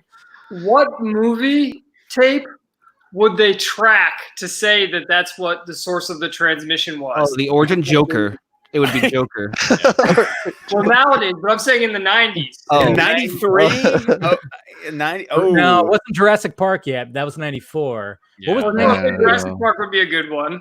Yeah, but that was 94. I don't know I thought what that was '93. I thought was it 93? I Someone would Google say it. in general in the 90s. Oh, We had okay. to Google I don't know. Probably Jurassic Park. If it, I have to agree with you on that one. Yeah, because that was like, 93 Jurassic Park. Yeah. Yes, see, there you Twister, go. maybe. But it didn't come out on VHS till 94. that is true. Yeah, that's you true. You are right. Yes. So interesting. I don't know. That's that would be it. But if you were to say like what tape was passed around the most in the 90s, probably would be Jurassic Park. I don't know. To me, it was The Mask. I watched that fucking thing. Oh, I love that movie. Yes. Like I saw on my I timeline. saw that twice in the theater. I saw it 4 times. Yeah. For Cameron Diaz alone, right? Jesus Christ. Did you guys She see? made me a man. What are you talking about? A lot of Wow. fun You guys memories. read that You have to go profile through that. Yeah. on Josh Trank? Oh, I haven't read it yet. Really long. I haven't read it really good. either. Everybody needs to read it. Talking It's it up, amazing. Steven. I But- tweeted it and I didn't read it. It's really really good. But this is for The Mask. He pitched the version of of Venom to Sony that was like an R-rated Mask movie. Is how he described it. Which is the actual mask from the comic book. Right? Yeah, exactly. Oh wow. Yeah. And if they're gonna fucking reboot it, please do it the way that it is in the books. Oh, please. you know would you're be gonna get all awesome. sorts of like not my mask people. Yeah, that's not Oh, gonna happen. Well, Mum does. The Like, fuck you. Read only Dark mask Horse that you know comic. was Jim Carrey's. Yeah, That's funny. actually the only mask I know. Exactly. I mean, I even did it. I talked about this because somebody brought it up on one of the live shows in the week. I'm like, after Deadpool, I was like, how is nobody making the actual mask? Adapted from the Dark Horse comic book. I mean, it is pretty much in line with Deadpool. I mean, he breaks the fourth wall. It's graphic. It is violent as shit. Oh my god. I mean, like I even said, like, I mean, when you read the actual first stories, the first like group of stories, I mean, you see like all the story beats that were in the Jim Carrey version, like when he does the balloon animals and stuff like that, and then he has a Tommy gun and he starts shooting. I mean, he actually kills all those gang members in the book. When it comes to the mechanics that fucked him over, he kills them. He literally shoves a muffler down one of the guy's throats. Like you see the guy laying there, and the muffler is like his head. It's crazy. I mean, because he doesn't in the movie though, doesn't he? Is that what you're talking about? No, he just shoves No, up their asses. Up their ass. Yeah. Yeah, you see them like on like a That would kill somebody too. ambulance. That would kill somebody too. Yeah. Yeah, and then there's like the whole joke, like we need a proctologist stat. Yeah. So it's very they sanitized it big time, but I'm like, But it was still fun. oh yeah, it was still great. I'll still watch it to this day. I love it. I like what they did with it, but I'm just like, if they're gonna, when somebody asks me like, what about reboot the Mask? I'm like, okay, they have to reboot it the way it was in the books, please, just do that. But the thing is, the thing that I talked about when it came to that was the fact that when you read the stories, like, and I read well into like, I guess there was like a group of stories I went into where it said the Mask, the Hunt for Green October. There was like a series called that, where anybody that puts on the mask is essentially turns into the same character. It's Big Head. That's what they call him, is Big Head, and it's essentially the same character. So they would have to have one actor just kind of play Big Head, and then the other actors would just be the other actors. And I don't know who would actually play that character. I mean, Jim Carrey, of course, fucking knocked it out. I don't know who'd play it nowadays. I mean, that's up in the air. Everybody says Ryan Reynolds, but I'm like, that's too close to Deadpool. Yeah, right. Like that that's too much of the same thing. It's like everybody would call it a Deadpool ripoff. No. Yeah. So I don't. Well, I mean, they're going to call it a Deadpool ripoff anyway. Yeah, they called Birds of Prey that, didn't they, or something like that? Oh yeah, because of if you break the fourth wall, it's Deadpool. It's not like Shakespeare broke the fourth wall or anything, right? Yeah. It's never been. Yeah, Zach Morris brought it into pop culture. Zach Morris did it also. Come on. Or like if you're an action comedy, you're Guardians of the Galaxy. Like Marvel started it all. Yeah. Well, I know. I'm like, fuck you guys, man. Kevin Smith had a fucking shared universe in the 90s before you guys did. Shit. And Godzilla had a shared universe. Godzilla had a shared universe. Oh, that's true. Actually, DC Comics had the first shared universe when it comes to the genre, because the animated universe was shared. Yeah. And not to mention shared universe. Huh? TGIF had a shared universe. They had crossovers on all those shows. Which ones? TGIF.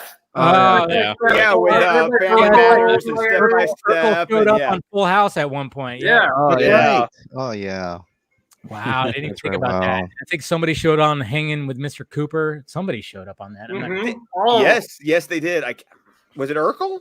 I don't know. It probably was. I think they No, Hanging with Mr. Cooper did Michelle, wasn't it, from Full House?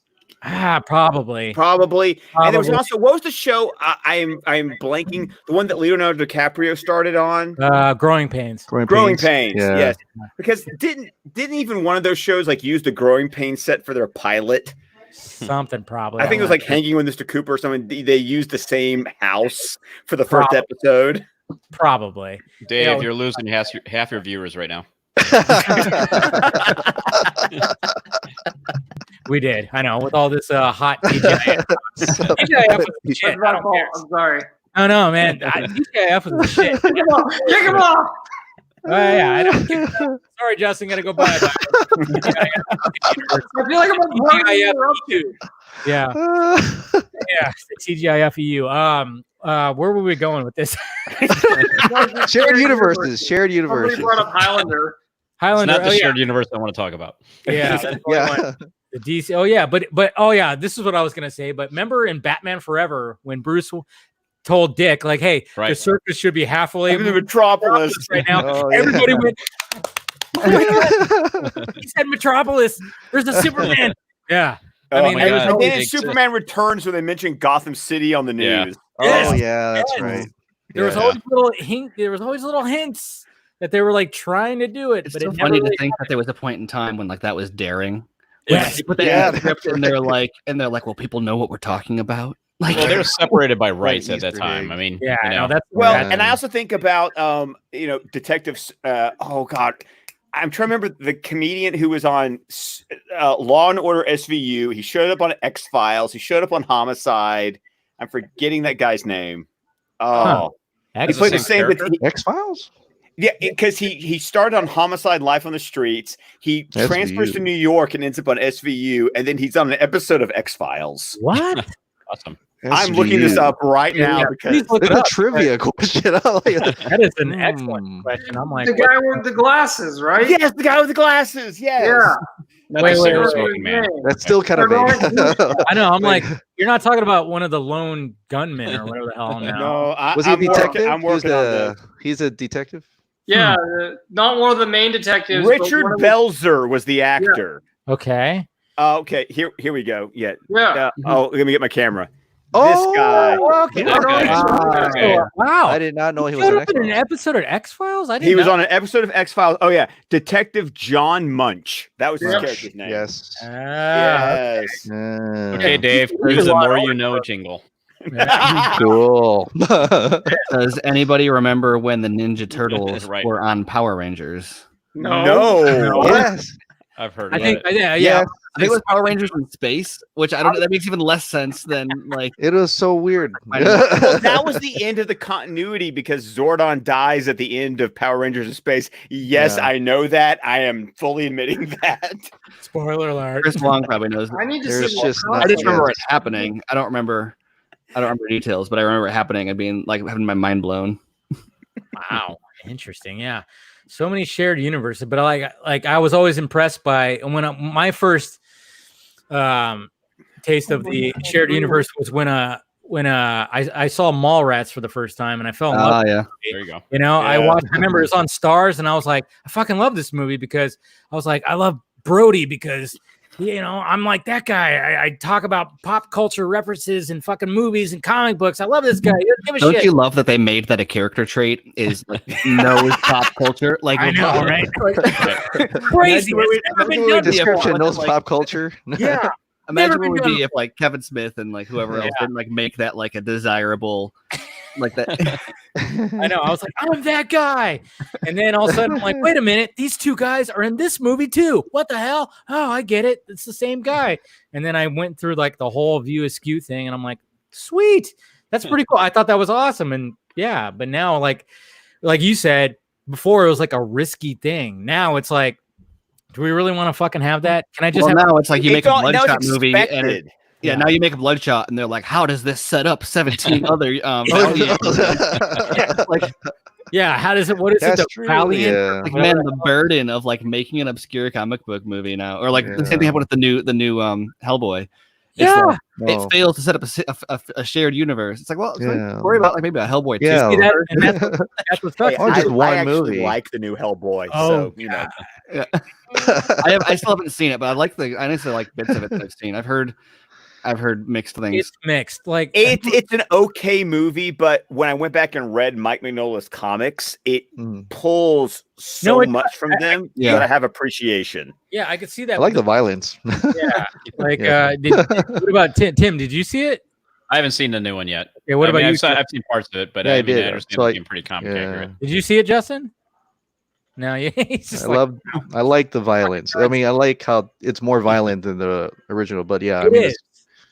It the is, but story, I don't know. yeah, it's such it gets messy. But the last scene, the very last scene in the movie, I remember just going, that should have been it. That should have been the whole thing right there. That was good. That whole last part that you guys just did, that the one shot and everything, that was excellent. There's like that was great action. Everything was great. Didn't have cheesy lines. I mean, they literally had a line in the movie where Hellboy gets up and goes, "I'm gonna feel that in the morning." I'm like, you guys really put that in your script. Yeah, something's I'm gonna definitely feel bleeding. that in the morning. So definitely I mean, you know wait.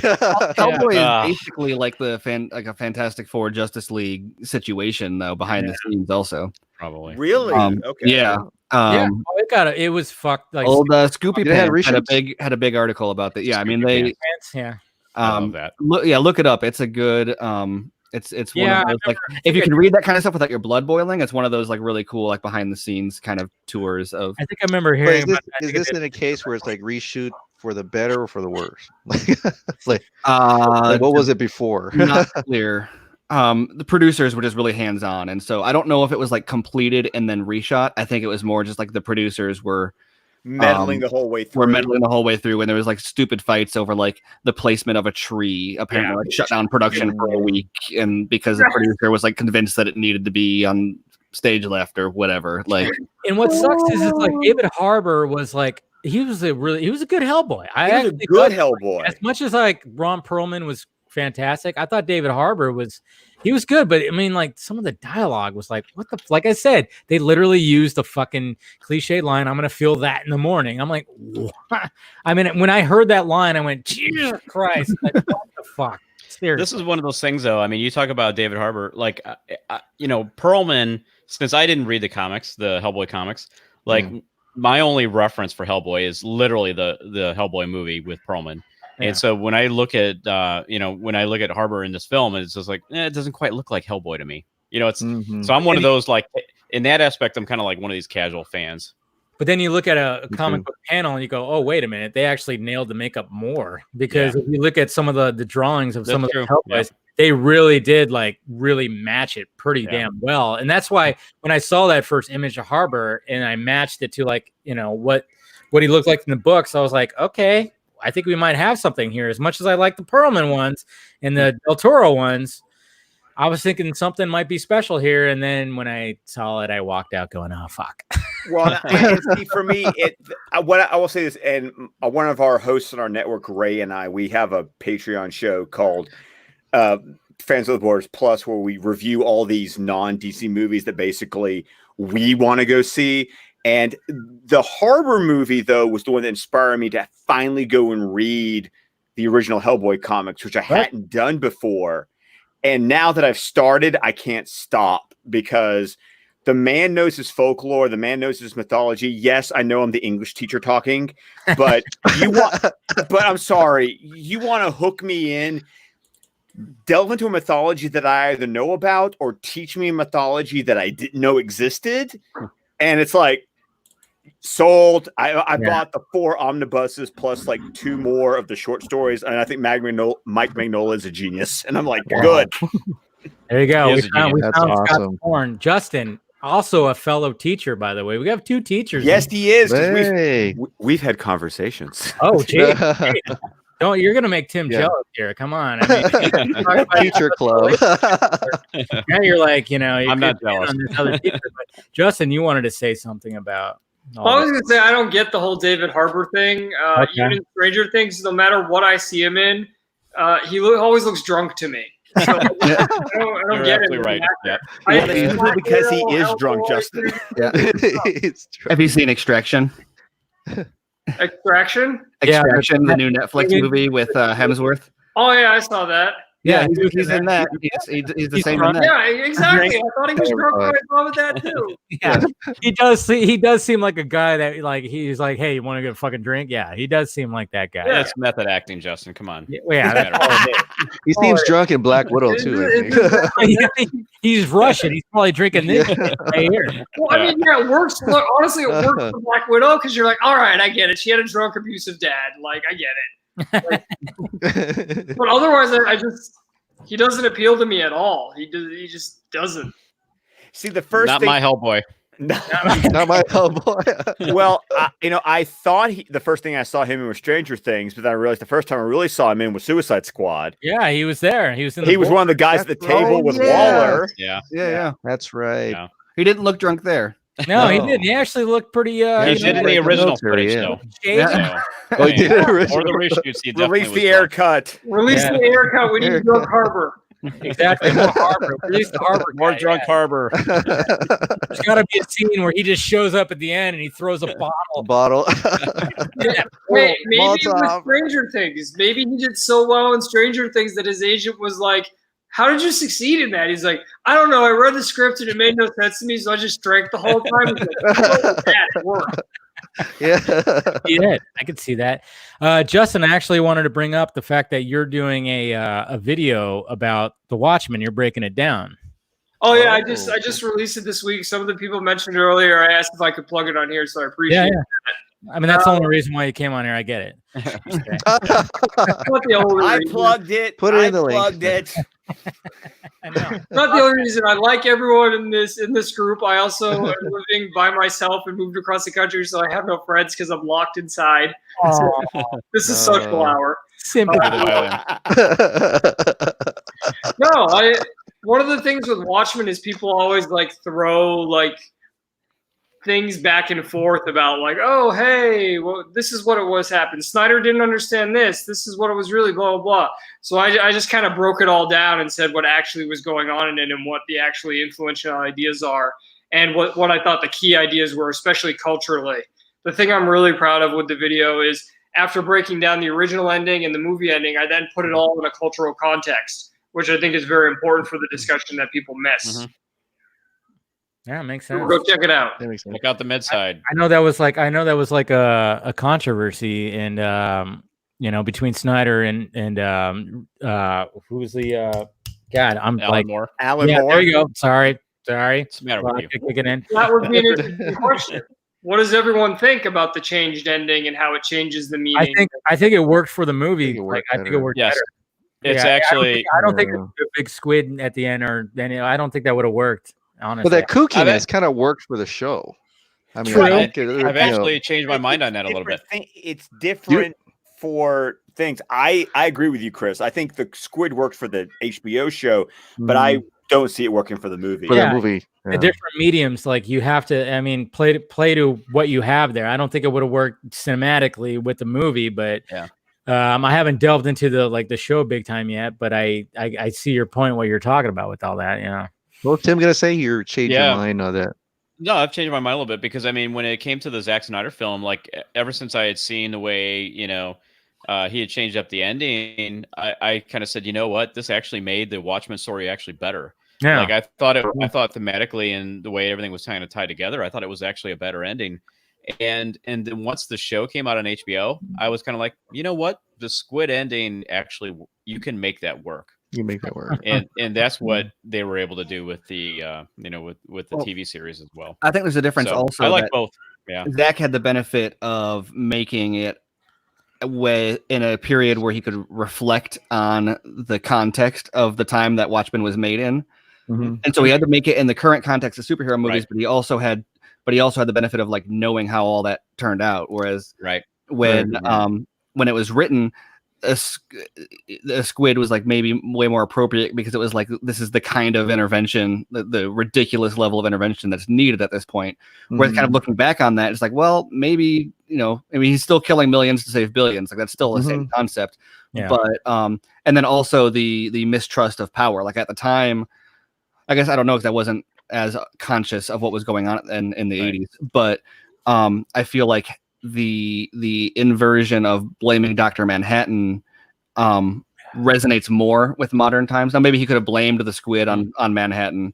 But with it being an explosion is blaming it directly on Manhattan, I felt like is something that fits a modern context more, like a post 9/11 context. Absolutely. Right. And because you remember the movie came out in 2009. So, I mean, this is where people get way too hung up on faithfulness and not understanding the adaptation part. Yeah. Mhm.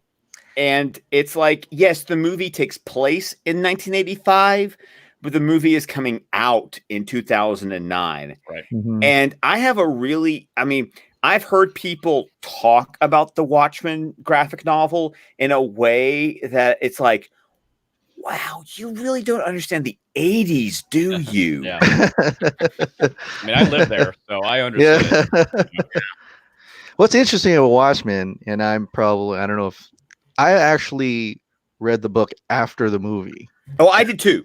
So when I went into read the book that was because of the brilliant. trailers. Yeah. Oh, you Yes. yeah. So when I Cool guy, I- Steve. it was a great movie. I loved it and everything. Went through the book and I'm like, where's this squid coming from? Like it was like, and so that threw me off. I was actually reversed from a lot of people who read. Guys, can I tell you? comic book. I mean, I was 16 years old. I was reading Watchmen as it was coming out monthly. Yeah, And this I'm gonna man's 10 years older than at least 10 years older than the rest of us. I am 50. I am 50 years old, guys. So, You look good. thank you. Yeah. Thank You you. look good, It's- Yeah, you don't look a day over. Chris knows what I'm talking about. Asian power. So, Yeah. yeah. No, but I mean, it's like I was 16 years old when this thing was coming out, and this was an era like when I love comic books and all that, but I was kind of like, it was time for me to move on because comic books wasn't offering me anything as I matured in age. And that's when like Dark Knight Returns and Watchmen came out, and I was basically like, holy fuck, you can do this with comics. Like I was like, Wow. That's what made me a comic book fan for life, is the fact that they were able to tell stories that kind of aged with me. And so yeah, I mean, this thing holds a really significant place in my life. You know, the whole storyline that from Alan Moore, and Dave Gibbons. It's interesting. Yeah, I have a sort of unique circular experience with the whole Watchmen mythos. Is I was first made aware of it by Lost, actually, where Damon Lindelof is a big fan of Watchmen, and if you look at Lost itself, a lot of it is very influenced by Watchmen. Like, I mean, the whole idea of the Dharma Initiative is very much like Ozymandias takes those people and puts them on an island and like make something to save the world. And like Jack is very much Night Owl too. Dan Driver, you're the same character. You could see Sawyer and Rorschach being similar. So you see all those similarities there. And, you know, you can talk about the ending as well, sort of like they were building towards something and Lost maybe should have gone more ridiculous. And then I saw the trailer come out and watch, or not even the trailer, I saw Zack Snyder was going to do it. So then I read it, which gave me more of thoughts on Lost. And then I was able to understand the movie more because I had read the book because of Lost. And then it all came full circle again, where I watched the Watchmen series. And a lot of what was done in the Watchmen series was just him, Lindelof, reappropriating what he did in Lost and doing it in the Watchmen mythos, where I was like, oh, that's from that scene in Lost. So it's really interesting circle that way. Yeah. interesting. You're so young. Oh man, well, let's just say Mr. Zack Snyder is such a, he's so ahead of his time, right? Yes. I mean, we think about Way that. ahead of his time. Yeah. Well, and he did, and I mentioned this in the video, it's just one line, but the whole idea of at the end of how they treat Dr. Manhattan, that idea he really returns to in Batman versus Superman, with the whole movie being about how they treat Superman. You really look at the Black Zero event. That's true. And Ozymandias making it look like Dr. Manhattan attacked the world. Yeah. Interesting. And that's the thing about Watchmen. Like when I watched Watchmen, I was like, that is pretty much the first superhero movie that dared to be gutsy, dared to be violent, dared to be like, I don't know these heroes are going to make it alive. For before that, it was pretty much just Superman, Batman, it's like, and that's all, or X-Men, and that's all which would kind of get. So when I saw Watchmen, it was like, wow, that was gutsy. I want more of that. Like, well, it's something to tell you that theaters had. I mean, the second time I saw Watchmen in theaters, I took my dad to go see it, and that's what convinced my dad to read the graphic novel. Besides me going, here, read this, was because that's the relationship my father and I have. Interesting. Is when I went to go see it the second time, there was actually a taped up 8.5 by 11 piece of printer paper on the door that said, warning, Watchmen is rated R for blah, blah, blah, blah, blah. And it's like, yes, thank you. I remember families taking little kids. When I first saw it in the theater, there was a family and they had kids that were like 7 and 8 years old. Oh my sitting in front of gosh. them. It's so... And I remember when, Dr. Manhattan's big old penis came on the screen. They were just, I remember the mom reaching over covering the little kids. Yeah. That would have been the cue to walk them out.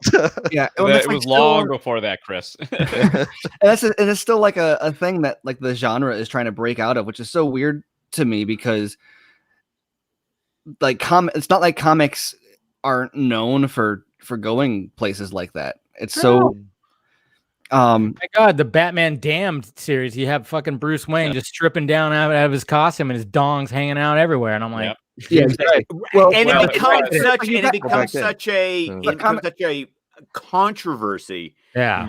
But it's really interesting. But it's something. Thank you, Tim. Thank you.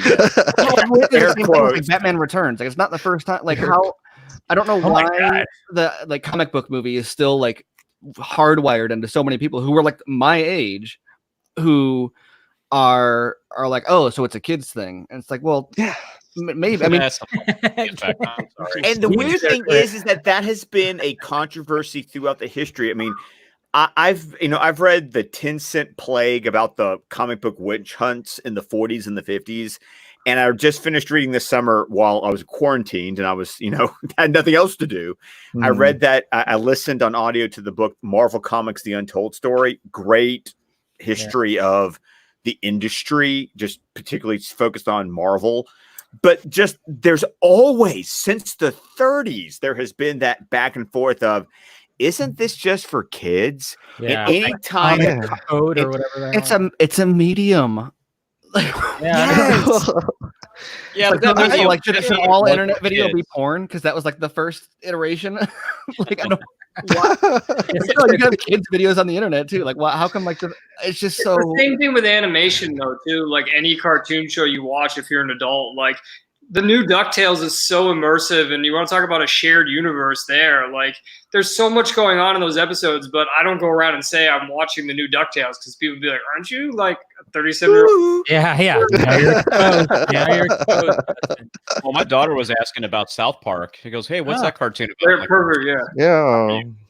Family Guy, that's not kids. Hey, something that I still need to watch is that HBO Spawn series with Keith David. Oh, yes. I watched that when it was coming out, and yeah, it was something different. I remember there was Spawn and there was Max. Remember Max? Yes, I remember Max. Yes, there was those types of, and then Elon Flux. Yes, on TV. Dying, yeah. I mean that type of animated shows. I mean, you just never saw that. And when they came across, I mean, obviously when you're a little kid, you're like, oh my God, look at this. This is bad. My mom doesn't. Every single Japanese anime now. Yeah. Circle back to the Mask. When I love that movie, and my mom knew I loved that movie. And when she went to the grocery store, she saw the Mask comic book, same font, same everything. And she went, oh yeah, my son would like this. Gave it to me. And I'm looking at it. And it was The Mask Strikes Back. This was like this was like the third part in the whole series of The Mask. And I'm reading, I'm like, this is not the same. What the hell's going on? And I didn't tell her. And then when we went to Universal and we went to the Universal City Walk, I saw the Holy Bible of The Mask. I bought it. It has him on the cover with a pie that has a bomb in it, and he's wearing this spiky leather jacket, and it's graphic as shit. Never told my mom once. And she might be listening now. She did not know that she bought a very graphic comic book because she thought it was the Jim Carrey version. It was also my aunt gave me in 1989, so I was 7 years old for Christmas. Heavy metal. Gave me the Long Meadow Press leather-bound complete Frank Miller Batman. Oh, nice! As a 7-year-old, so Holy I read Batman Year One. Yeah. Most risque thing. There's Selena Kyle's a prostitute. Yeah. Okay. Yeah. I read Santa Claus Wanted Dead or Alive. That's just a normal comic book. Yeah. And then I freaking get to Dark Knight Returns as a 7-year-old. That fucking book gave me nightmares, and I did not read it again until I was 30. Nice. My daughter almost had a close call on that. So I've got the omnibus for Moore's Lost Girls. If you guys know anything about that, we gave that as a birthday present, didn't we? Yeah, we did. So basically, so Alan Moore's Lost Girls is basically taking all these characters from the stories that we grew up with, Wizard of Oz, that kind of thing. They took all these like fairy tale kind of characters, and it's extremely hardcore pornographic story. Well, I've got the thing sitting on my shelf, and it's one of these things like, my daughter's like kind of like looking around. I'm like, oh, hey, this looks like comic book. She's starting to pull the thing. I'm like, no. I'm looking at panels of it right now. Yeah. And I see it. Yeah, you're totally right. I still remember. So quiet. It was always I'm gonna log off now to me because my mom is not like a comic book person at all, but she chose Batman for me as like my superhero when I was a kid, because she was like, I don't know how to get into this, but I know I don't want to there's a lot of it like I don't want him to be into, and a friend's recommendation was like, well, just choose a character like you can rely on and just like stick to that character. And so she was like, okay, well, I'll go with Batman because I don't need to worry about all the supernatural powers and explaining all that and stuff, and he's uses his whatever. And so I'm rich. Yeah, exactly. And so I was always had like Batman toys and whatever. And it wasn't until later that I started to get into other characters more.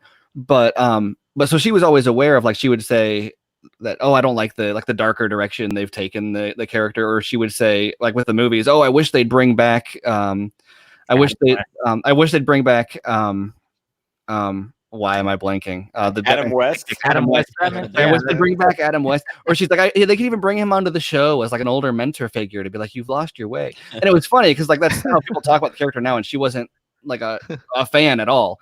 But so it's just funny to have like that like, that's my mom. And then today you have people who like taking their 6-year-old to Deadpool and being like, why are they saying the F word in here? And it's how is my mom, who's like never a comic book fan of anything and isn't even into the continuity, like she doesn't follow, she doesn't care. She couldn't track like she sees everything on black and white flashcards. She's like no offense, an English teacher.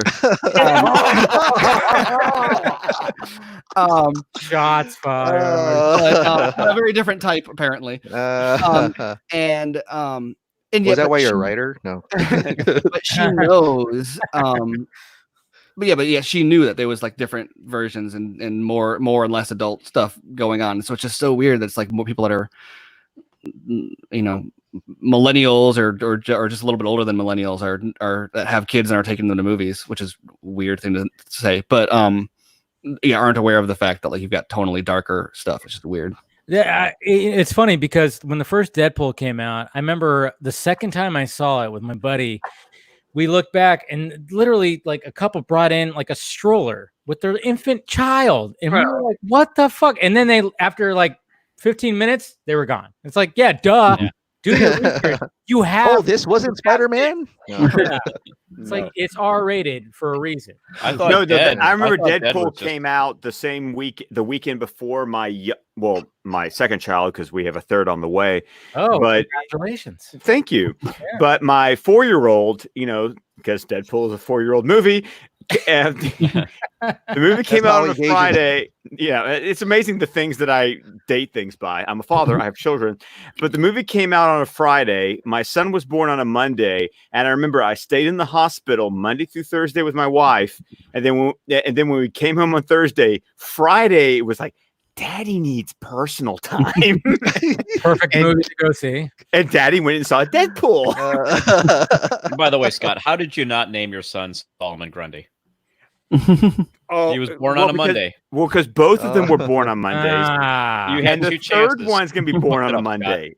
Oh, wow. They're all, wow. Wow. Well, they're all C-sections. So, we get to schedule these things. He gets all planned. Yeah, Black Sabbath in the comments is going to take down the Snyder Cut single-handedly. Oh, wow. This guy right he here donated like $2. But you know what's funny? He donated $2 to see the Snyder Cut. You're ruining it, Black Sabbath. What's the matter with you? Donate some more. That just proves that you're only in it for the money, Dave. Someone gives you money and you let them badmouth the cut. What is exactly? I'm anti-Snyder. What are you guys talking about? That's why I have him in here. Yes. Yeah. Fuck Snyder. Right. Oh my God! You obviously haven't listened to our review of the theatrical cut. Is going to be cut up and put all over Twitter now. Yeah, dude, somebody's going to screenshot that hates me. We're all laughing. No, someone's going to cut your fuck. You should do this clip out. And be like, there we go. That's the proof. We should do this. Yeah. Oh my God, Tim had to hold my chain so much on our theatrical review. I did. He was like, don't. I remember before we started recording, I was like, Tim, I hated this movie. It's like, no, we have to stay positive. Remember, our brand is positive. Our brand is really. Let's try to find. I was like, Scott, let's try to find something good out of something this good about.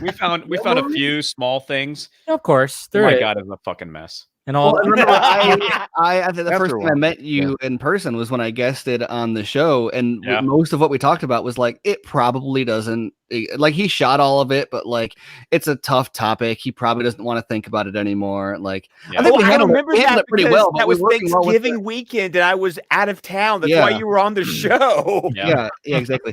I don't necessarily. We were working with the information we had at the time. I don't think we weren't negative about it. We were like, we wish it existed, but I do remember we were very much like, hold your horses, guys. It probably doesn't. And then like, now we're here. Well, we knew at the time. We knew at the time. Now, Stephen, if you remember, we knew beyond a shadow of a doubt at the time that a cut did exist. Yes. Yeah, we did know that. It wasn't public. Right. But yeah. Yeah. I remember. I think that's probably when Steven and I started talking. Yeah, well, we started talking, I think, right before or like right after it came out because we were like, because you had seen it. And I had heard that he had been fired, and we had both been like really hard on the. I started listening to Squadcast because they were reading some of my articles where I was like, "Here's all the proof you need that Zack Snyder is still in total control." I actually, oh God, don't bring that up. Warner Brothers. We've deleted those episodes. They don't exist oh anymore. my God, that is what pisses me off more about that movie. Yes. Is how many months. I mean, this is why Steven, I feel like he's my spirit animal. Is because how many months we spent trying to be the positive voice leading up to the theatrical release. That was feeling like fools. But here's the deal, Scott. If you remember, like we even said at the time, there's no fucking way they would actually interfere this much. Well, there's no fucking way. Impossible. That's what I said in my videos. Yeah. I went everything that came out. I was like debunking because like there's no way that they're actually going to try to do this, and it's going to cost this many millions of dollars to remove Cavill's mustache. That's ridiculous. Ha ha ha. And then when I went and saw it on the Warner Brothers lot, and walking away from that, it's like, holy shit. I mean, right in that opening scene, I mean, talk about just going like this. Yeah, I mean, like instantly my smile went to just, oh, they were right. All these people were right. Holy shit, you know? I ate up that article with Toby Emmerich. I ate up that article where Toby Emmerich said, we're gonna, have that same vision or whatever. The same tone. Hollywood Reporter article. That Hollywood Reporter. Yes. I ate that up. I had a video that I defended it. Just, I'm like, and we all did because we just like no studio would do what they did. Anyone who thinks that it's that different doesn't know how movie making works. Yeah, like Ben Affleck said that. Yes. And then they set a new bar, Warner Brothers, of interference. Yeah, that's like the holy grail is Justice League of like fucking. I mean, like, I mean, obviously it's happened time and time again, and right before that, Josh Trank got fucked over. I mean, I still have yet to like really dive deep into that article that you were talking about, Steven. I want to because I want to talk about that because I'm fascinated about what happened with that because even when I watched Fan Four Stick, which I call, because when they put that 4 with the A, it just didn't fucking work. But when I watched that movie, I remember thinking, "There's a good movie in here somewhere." There really is. Like when Reed wakes up and he's in that laying down, and then he's like freaking out because he's stretching. I was like, that shit right there is good. That shit right there. Yeah. He was trying to make it, like a horror movie, and then all of a sudden it just fucking went totally wrong. Well, here's the crazy thing. They didn't shoot the third act. Okay. There you go. Yeah. They didn't they stopped and then they were like, we'll just do the third act in reshoots. We'll figure it out. Oh my God. Wow. There was a different director brought in. I can't remember what his name was. And Trank said he was just on the set and they would like set up the shot and they'd make a bunch of decisions like in front of him. They'd be like looking at the monitor and be like, okay, he'll do this and we'll do that. And then they'll do a rewrite. And then they'd turn to him and be like, that's cool, right? And what's funny? Wow. When you watch that, I mean, like Miles Teller is how Ben Affleck is. Like he phones it fucking in. Yeah. Like when you watch Fan Four Stick, like, and you see those reshot scenes, you can fucking tell. Like Miles Teller is like he does not give a shit. He like even more like when you watch the reshoots of Ben Affleck, he's still it's fine. But you could kind of tell he's not giving it his all. But when it came to Fantastic Four, Miles Teller did not give a fuck. What are you comparing it to? I think if you compare it to BVS, he's giving it nothing. If you compare it to like Chasing Amy, it's like, all right, that's Ben Affleck. Yeah. He is being Ben Affleck in late, which is weird. I went through all the View Askew verse stuff earlier. Chasing Amy is probably his best performance, and I shouldn't pick on Chasing Amy. I picked the wrong one, Steven. But, come on. Like Jersey Girl, for example. Hey, I like Jersey Girl. I like Jersey Girl. So did I. But I watched that after I had seen Reindeer Games. I saw Jersey Girl after I had seen The Way Back.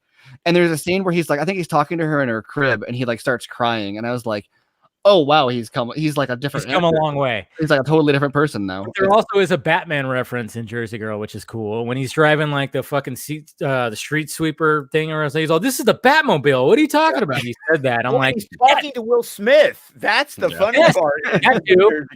Yes, there's that. I mean, it was almost like Kevin Smith knew that Ben Affleck should be Batman, because if you watch the beginning of Mallrats, when he does like the comic book credits, Batman is Ben Affleck is Buttman. You know, like because he likes and you actually see like a comic book that says Buttman and it's Ben Affleck's character.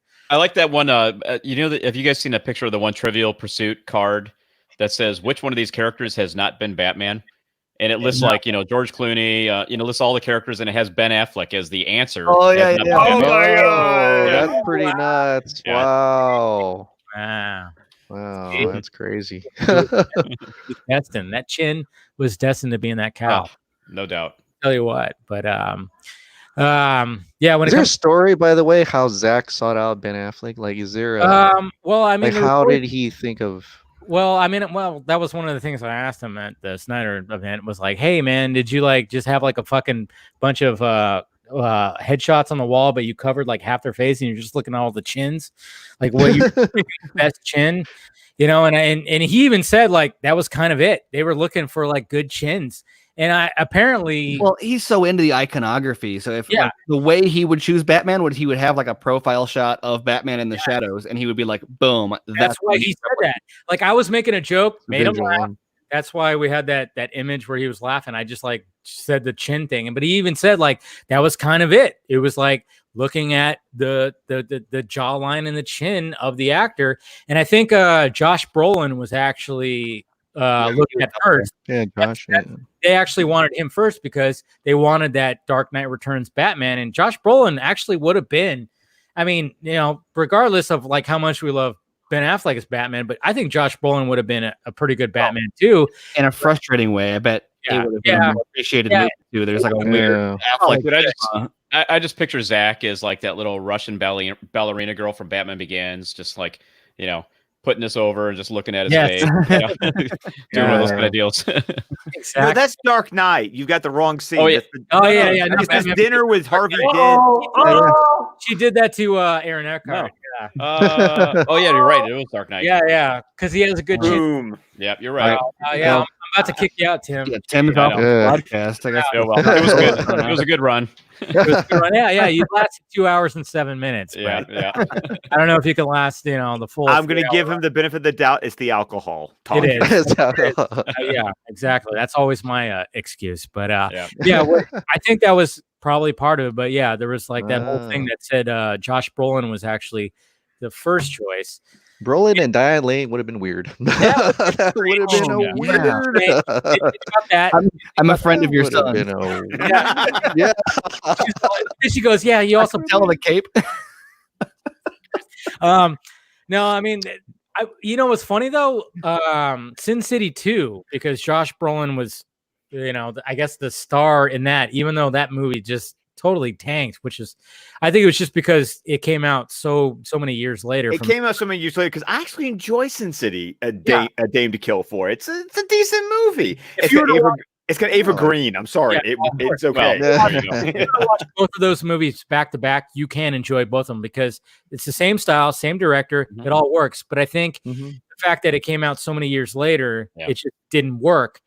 But when I was watching Sin City 2, and when Josh Brolin was doing like all his narration and doing all this stuff, I was like, this guy would be a good Batman, I think. I even thought that. And apparently that was considered at one point when it came to BVS. I think Affleck was great, but Brolin almost fits that Dark Knight Returns Batman a little bit more. Like a little bit older one. Like older, Yeah, I think if you think of like the voice from the animated version, even like fits Brolin very well. Whereas Affleck, I feel like a 5 or 10 year younger version. Who was the voice? Was it RoboCop? Peter Weller did the movie, but Michael Ironside did that one episode of Batman the Animated Series that was a callback. Oh, really? Oh yeah. There's an episode. Darkseid? Did he? No, Ironside was Darkseid. Yeah. No, Ironside was Darkseid, but in another animated movie. In the final season of the animated series, where they went to the new art style after Superman the Animated Series, where they have like Tim as Robin, they do a Legends of the Dark Knight, which does a story in the Dick Sprang style and does the whole fight with the mutant leader style. And in that episode, Michael Ironside was the voice of Dark Knight Returns Batman. Oh wow, Wow. It's cool. I told you at the beginning of this cast that I can extemporate. Cool. I can extemporate on Batman the animated series. Speaking of different art styles, that was my favorite part. I think my favorite Batman comic is the Whatever Happened to the Caped Crusader with Neil Gaiman. Yes. Yeah, because they do the same thing with the art, and there is they emulate I think they like basically every Batman artist ever. Every like panel will swap art styles, and it's really eclectic and super cool. Also, it ends with like a really cool. It's all about him and his mom, and so I always liked it as the way it tied to the Martha. Yes, it is all about him and his mom. You're right. Yeah, that Martha, that infamous Martha moment. Oh, why did you perfect say that for name, Mother's Day? I know. Why'd you say that? Dude, sorry, no spoilers, but did anybody see who saw Apocalypse War? I haven't seen it yet. I did a review. I got a review one yet. I'm watching it tomorrow, so be wary. It's the best. But okay. Dark Side voice Dave. sucks. No, hey, Tony Todd's not bad. Okay, Ironside is better. I mean, Ironside is better, but Tony Todd is better than Steve Bloom, who did Injustice League War. Okay. But this is my shameless plug, Dave. After you watch the movie, listen to our review. Okay. I will. I'll it's like. And then I'll trash your review. It's like, go ahead. I can take it. Please do it because I was not on it. So okay. Now I'm wondering if I should even listen to it. If Tim's not on it, Jesus. If I'm not on it, Jesus. No, it's like DC crap. I know. The things they do with every single character is like taken they like, okay, what's the craziest thing that would happen in a normal like animated movie? And like, okay, let's do one of those for every single character and turn it up to 11. Because it's R-rated and it's the end. It's the most. I mean, it's like everything in the kitchen sink. That's what I'm looking forward to. Yes. Oh man, they rip fucking Shazam's leg off. Yes. Yes. Yes.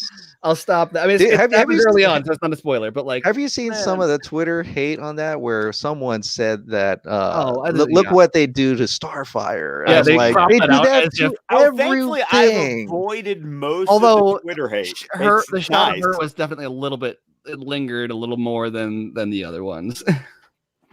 Yes. But I agree that it was ridiculous. But the shot of Starfire was a little bit different than most others. That was like, what the hell? I haven't seen the film yet, but I did see the image of that. I'm like, okay, that's going to cause some controversy. It makes sense because I actually saw like somebody post an image where it showed a Shazam figure and it had no leg. Yeah.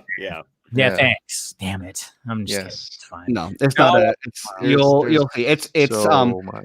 The comparisons to Snyder's it's like Justice League 2 / like all the Nightmare stuff, but you swap Bruce and Batman or Bruce and Clark. It's crazy. It's insane. It is insane. It's one of I watched it. I was able to get a screener copy for the review. Oh wow! Yeah. I called Tim. I get screeners. What do you guys get? Oh, nothing. Nothing. I called Tim. I called Tim and asked for permission because Tim still has to post our podcast. I can record. I can produce. Tim still has to post. And I called and asked for permission from the boss. Like, dude, I have an opportunity here. But no, Dave, I think you're going to dig it. I'm really looking forward to it. Yeah. I did a trailer reaction. I was pretty impressed. Like, it's gonna make a good drinking game one day. Yes, it is. Oh yeah. Like I don't know. I mean, you can't really do much more than drink every time someone dies. Or gets their arm ripped off. Like you almost have to find a way to tone that, like sip, small sip, a tiny sip every time someone dies, and you will get. Well, you'll be drunk the first 10 minutes. Luckily, it's animated. It's only like an hour. Yeah. No, actually, it's actually the longest. If you don't count the ones that get if you don't count the ones that get cut together, like Dark Knight Returns or The Death and Return of Superman, it's the longest animated movie. It's 90 minutes long. Is 90 minutes the longest? It's 90 minutes long. I checked. They're usually Oh like my an hour. goodness. They're usually like Reign- 89 minutes. Yeah, Wow. Reign of the Supermen was the longest movie up to this point at like 87. I still need to Right, see that okay. one. It's pretty good. I gotta say, like this Apocalypse War, it just went by quickly because I was engaged Oh, the it's- entire it was- time. Usually I'm cranked it up. bored. For The some whole of time. thing was a third act. Yes, it does. It like it starts off and you're like, okay, where's this going? And then it's like you have that flashback, and then it's like, what the fuck? Yeah. Just like I'm like, oh my god, and I'm like looking around. It's like the kids better not come and watch my. Dave, I'll say this. I spent the last 2 weeks doing a rewatch of all the continuity animated films. No shit. I did because I was having to I drop a wanna do review that. on our Patreon every day leading up to the release just to keep up with it. I'm going to tell you this. One, people gave the continuity movies shit for the last 7 years. Yeah.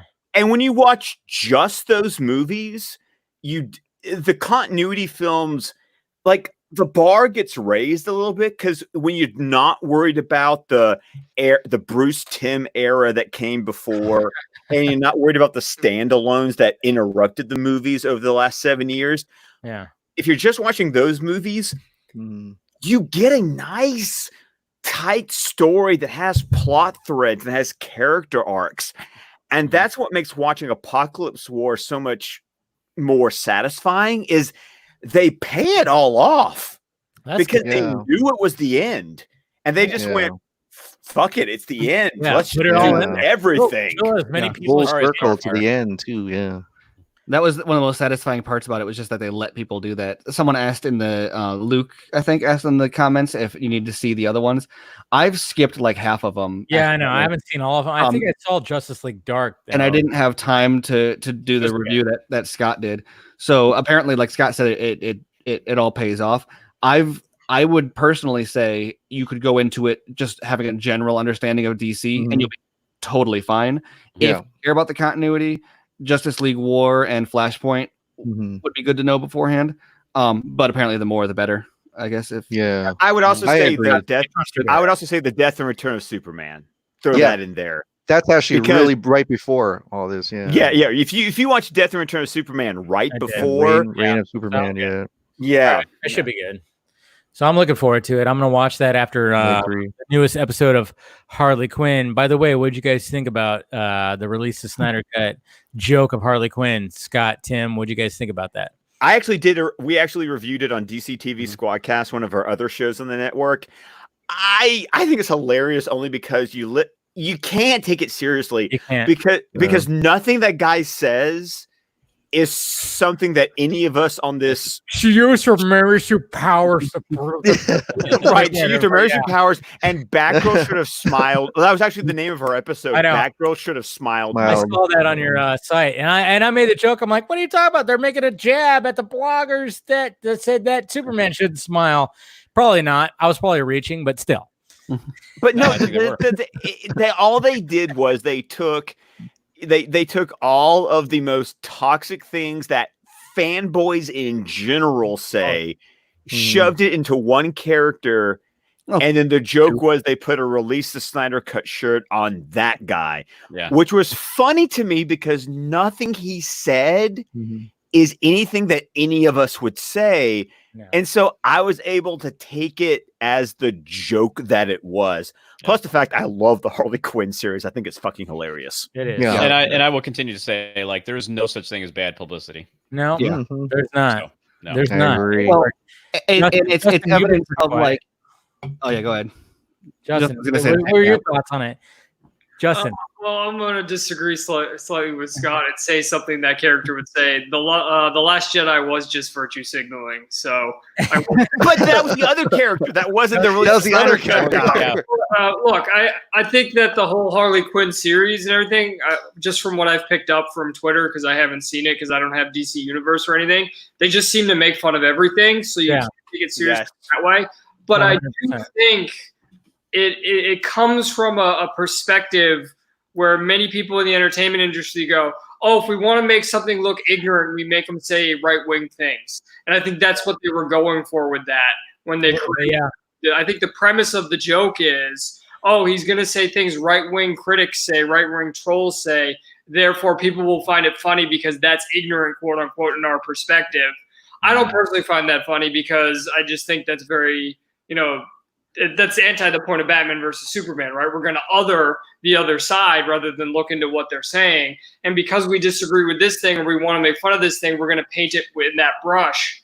But I don't think you can take it seriously because they do that with everyone, it seems like. So and the point is that the episode, and Justin, to your point, the episode right before it, the Mr. Freeze episode, kind of what you're talking about, points a finger at Harley Quinn for assumptions that she makes with Mr. Freeze. Yeah. So it's like South Park in that way that everybody is fair game. So and the writers themselves also they make fun of everybody.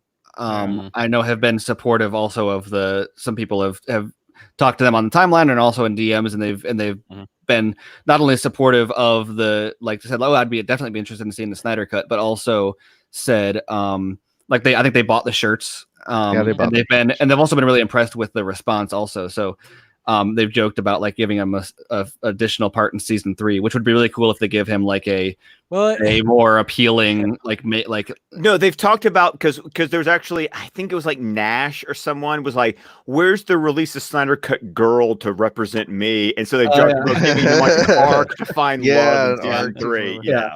By the way,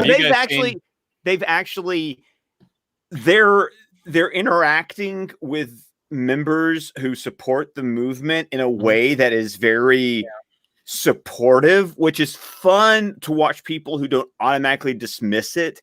And they're like, wow, you guys took the joke kind of well. And that usually could have been a very adversarial sort of relationship. There were some people out there that were like, oh, I can't wait for the Snyder Cut fandom to just have meltdowns. And it was the majority of them were like, hey, well, this is good. This is fine. I'm totally fine with this. And I don't know if you guys have seen this, but I don't know who was doing it, but somebody actually is selling a shirt. Blue shirt. No, it was Mick and Butterbar got together. Was it? Okay. And did it on Ink to the People, and it's going to go towards AFSP. I'm waiting for mine. I bought it. I love it. There was another guy that was trying to sell him too on his own behalf, but that guy. There was he was fighting with people. When do they write this episode? Oh, a year. I mean, it's animation, so it was a year ago at least. A year ago, probably. Wow. Well, I was curious about that because I'm curious if they were just making a joke. But the very next episode, that episode, the Batman's Backman, they said that Diedrich Bader recorded his vocals in quarantine. I'm like, how is that possible? Really? I don't think it was that long ago. I think it was probably a while ago, but I don't think it was a year. So maybe they really shortened the production time because animation is normally a long time. Well, that could have been a quick add-on anyway. Or you could have him and just animate the text onto his shirt after. Is it digitally done or is it hand drawn? How do they hand drawn? That's the thing. Is it drawn or is it hand drawn style done digitally? Oh, that's a good question. That's probably what it is. Because South Park's shown you can do an episode in 3 days. So. Yeah. Right. They always wait till the last minute. I remember, yeah. But I mean, what's interesting about that episode, what I loved about it was the fact that it set up the joke of he's all anti Harley Quinn and this, that, and this, and then they read the description. It was a full-on Batman centric episode. And it was Batman and Bane centric episode. And I'm like, fucking beautiful. No Harley Quinn, no nothing. It was strictly Batman and Bane. And Bane stuff is hilarious too. Oh, dude. And Tom Hollander is Alfred, which was fantastic. Oh, good. Macaroni. Yeah. It was so good. I mean, just because we all know the Bruce and Alfred dynamic. We even talked about how, Andy Serkis talked about how that's centric in the Batman.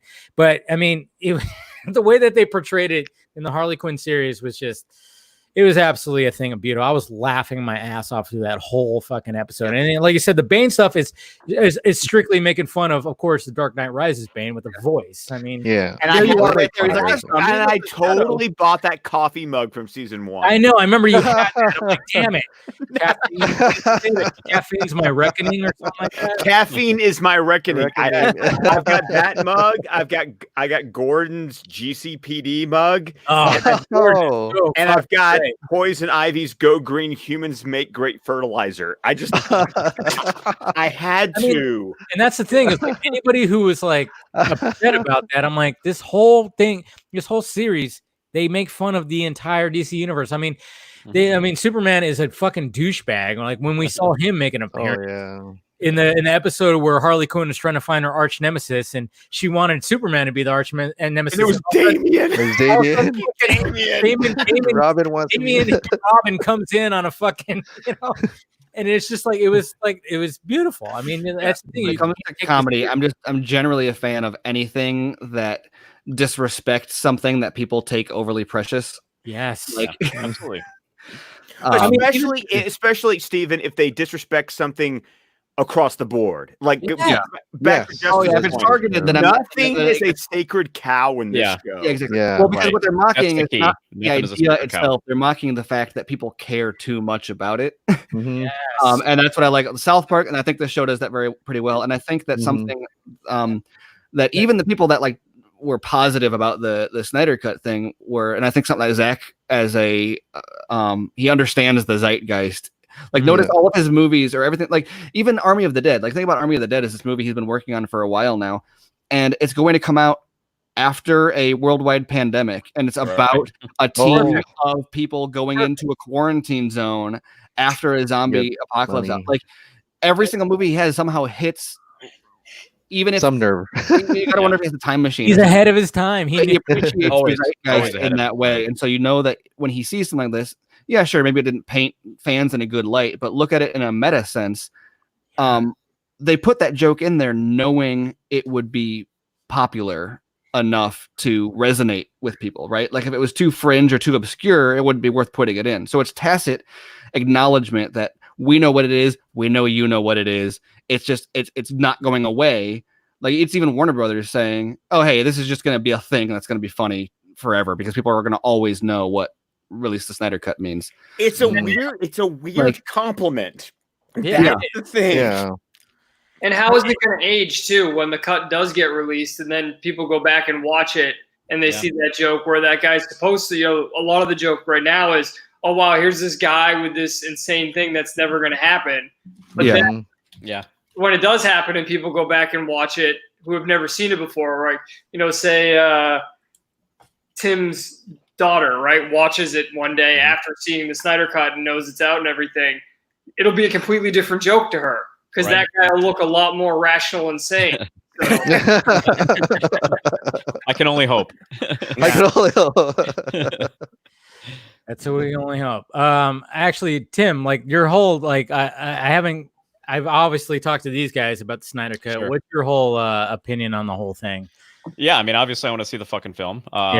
It's I don't need to see it to know that I know I'm going to believe that it's going to be a way better film than what we got. You almost made Scott do a spit take right into his microphone. Well, here's the deal. Well, I imagine you guys enjoyed doing a show together. Well, here's the deal. We've once done an episode where we just totally it was our Batman and Robin review where we were like, no. Yeah. We did a crossover with a podcast that DC on Screen that cusses all the time. So anytime he cusses, it's still so funny. Well, that's what's good. So like our mantra on our show has always been like we even though this isn't necessarily us, we keep it family friendly. So it's like I relish opportunities like this to just drop as many F-bombs as I can because it's like I have all this pent up like Swinton here. Yeah. Love it. No, I mean it's what if all the kids that listen to your show watch this one? Oh my God. God. They don't listen to my show. They don't know I do this. Steven, they need to grow up. The kids. They need to grow up at some point, Steven. So well, I mean, here's the deal with with the whole Snyder Cut of Justice League. I mean, I don't need to see it to know that I know I'm gonna like it better because I've had plenty of evidence that I appreciate what Zack Snyder does with his films. One thing I was gonna say about this thing is like and you know, a lot of us, we have some of the similar type of information, but like we knew this thing was kind of on track. Like there was a really good momentum going. And I got to tell you right now, I honestly don't know what's happening now with this whole shelter in place COVID situation, because this kind of, honestly, it's kind of fucked some things up, hasn't it? A little bit, probably. Yeah, I mean, in terms of like, you know, what the vision was to get this thing, completed to an extent, but also look at the value that it's going to add to archive footage. Like any shelved movies are going to go up in value. Well, yeah, certainly. Yeah, certainly. I mean, you could look at it like, okay, yeah, it's going to fuck some things up. And when he talks about the additional photography, obviously, that's can't do that right now. But at the same time, it's like, well, he still has like a cut of something right now. If you were just to like, hey, fork some money over to that to let him finish whatever he needs to finish and release it as is, cool. And then maybe release, I don't know, an extended release later. I don't know. But also the idea is that the amount of money that we've talked about that would take to do the additional photography. Don't say the number. Don't say the number. I'm not saying the number. Is it 40 million? Is that what trigger anybody with saying a number? 40 million? Stop it, Tim. That's a 32 ounce. Wait a minute. What? But the point. Can it be the 69 million club? Why not 69 million? but the point is that any money, and we've talked about this. I'm not sure. We've talked about this on our show. We've talked about it privately. Yeah. But still, for the movie you can get, for the money, because if you consider I don't care what the budget was for the movie originally. That's a sunk cost. Yep. Exactly. Any money that you put now, and this is what people who want to say, oh, Warner Bros. Doesn't want to spend the money to finish this movie. Bullshit. Yeah. You, especially now, like you were saying, Dave, or Steven, I can't remember. I'm drunk right now, so I can't keep up with who said what. Let's wait and see what you say, and then we'll Welcome to the box. Let's wait until you see. But the point is that however much money is going to cost to finish the visual effects, because we know they have to be finished. Yeah. Yeah. And for the additional photography that he has admitted through Victor's winning the slate that it's going to need, it's still less money. You could spend less or as much on a direct to streaming service movie to finish a freaking 3 hour, 45-minute superhero epic that would be an exclusive for you, exactly. Rather than spending, 40 to 60 million. I'm going to say a number to do something that I know, something that Netflix throws out on a weekend. Apparently passed on. That's the point I was going to make, Scott, and we've said this before. Is like, have you seen some of the shit that Netflix puts out for 20, 30, 40, $50 million? Look at the money they want Adam Sandler to make movies, and he has an. I enjoyed Murder Mystery. No, I'm not even saying it's necessarily bad. I heard a ridiculous. I'm just saying if you were going off of Rotten Tomatoes and box office, that would be a quote unquote bad decision. Netflix gave that much money to Adam Sandler to make that many movies for them for a reason. And it's because they're in a streaming war and content is so valuable, and his content serves a specific audience. And by having that content on their platform, they bring in an audience who pay them monthly for the service. And that totally changes the entire theater dynamic. Rotten Tomatoes, irrelevant. Box office, irrelevant. What matters is having a steady flow of content, even if it's bad. Right. Not that this is going to be bad, but it doesn't matter if it's good or bad at all. It just matters if it exists or doesn't exist. That's the difference. What we've been talking about is like, what if he were to divide up that 3 hours and 34 minutes of content, and even probably more, because we heard that the assembly cut is even like more than 4 hours. He can divide it up episodically, like in a mini series form. We've talked about that many times. It's like, okay, that can be valuable, obviously, for a streaming service. If you're gonna be like, hey, because obviously streaming services, not Netflix, they just release everything at the same time. But if HBO Max wants to do like a weekly thing divided up, it could be valuable. Well, I mean, because Chris don't... and I have had this conversation about the fact that there's the Amazon. There's two sides to this argument. There's the Amazon and Netflix that drops the entire season at one time. Yeah. And then there's the Disney Plus, Hulu, and DC Universe. Yeah. And somebody else who's and DC Universe who still does the week by week release. And I don't see the week by week release dissuading anyone. My wife just spent the last month watching Little Fires Everywhere on Hulu.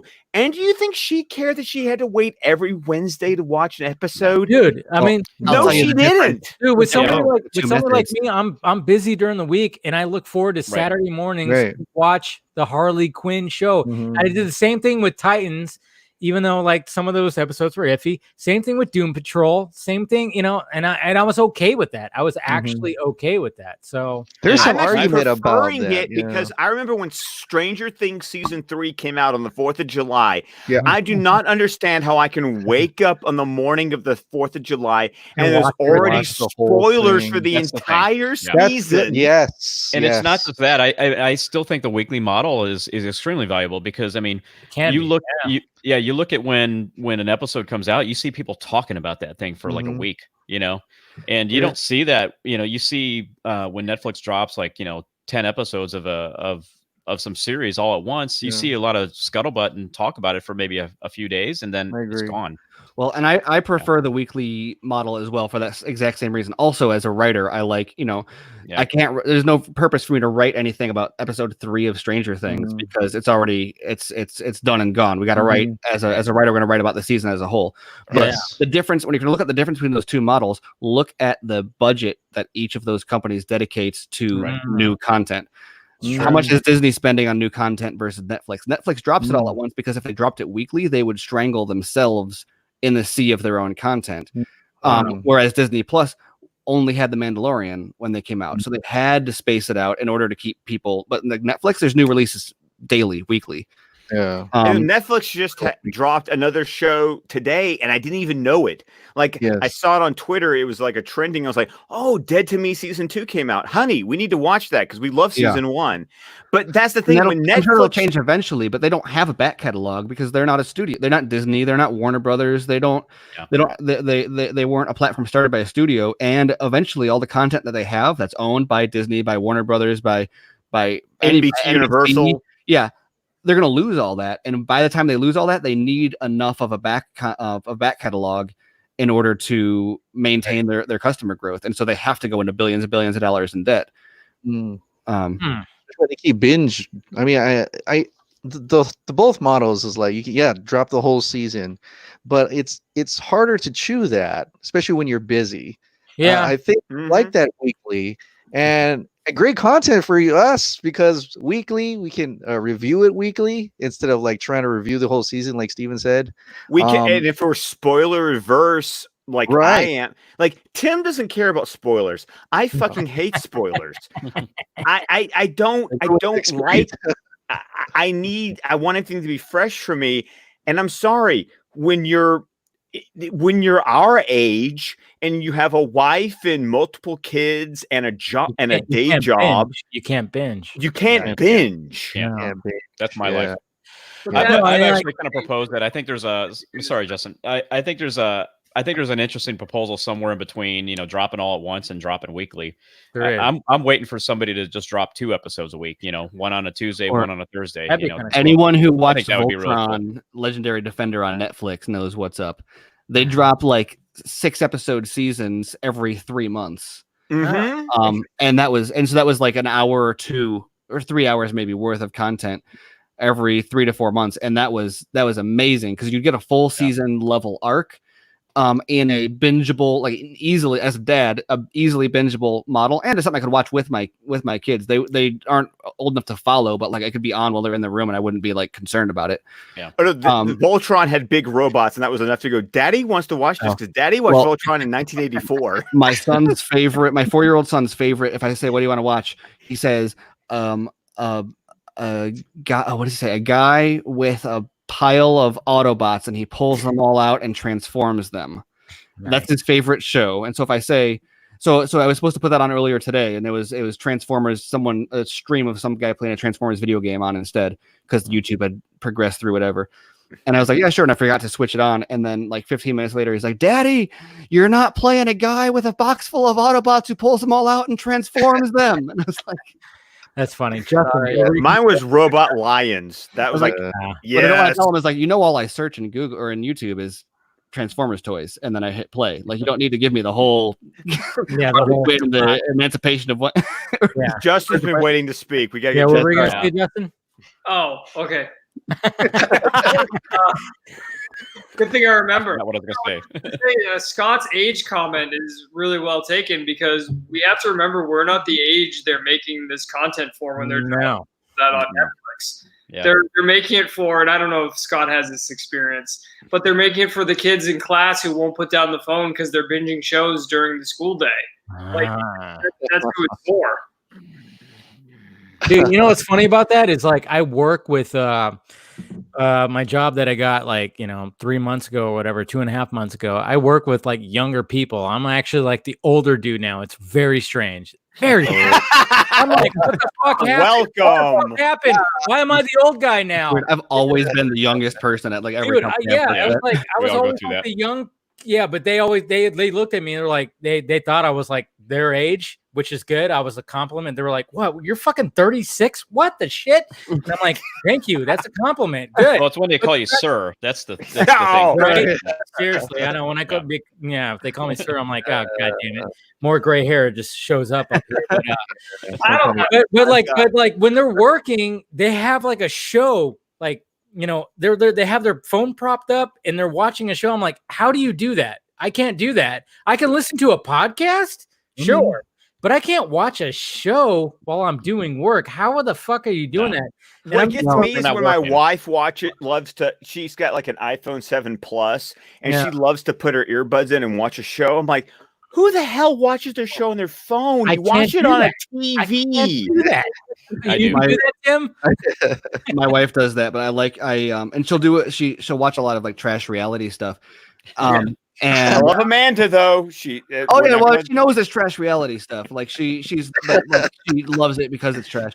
But it'll be on, and I can't not. I'm either engaged or not engaged, and like she can exist in like this middle ground. And so it like a few days later, I'll be like, that thing from whatever the Desperate Housewives or whatever. I'm like, that thing that happened in that episode, that was really, I was thinking about that. And she's like, oh, I don't remember that. And I was like, well, no, you were in the room when it happened. And she's like, I missed it. And I was like, well, why do you even have it on then? Like, oh no, okay, so it's a totally different style of like she just needs noise, which I guess that's suitable content for. Justin has something to say. Yeah, Justin, he's doing this. One more thing. No. God damn it, Steven. I have this problem because my lady loves to put Big Bang Theory on in the background when she's in her room, so she's not even paying attention, but it's on.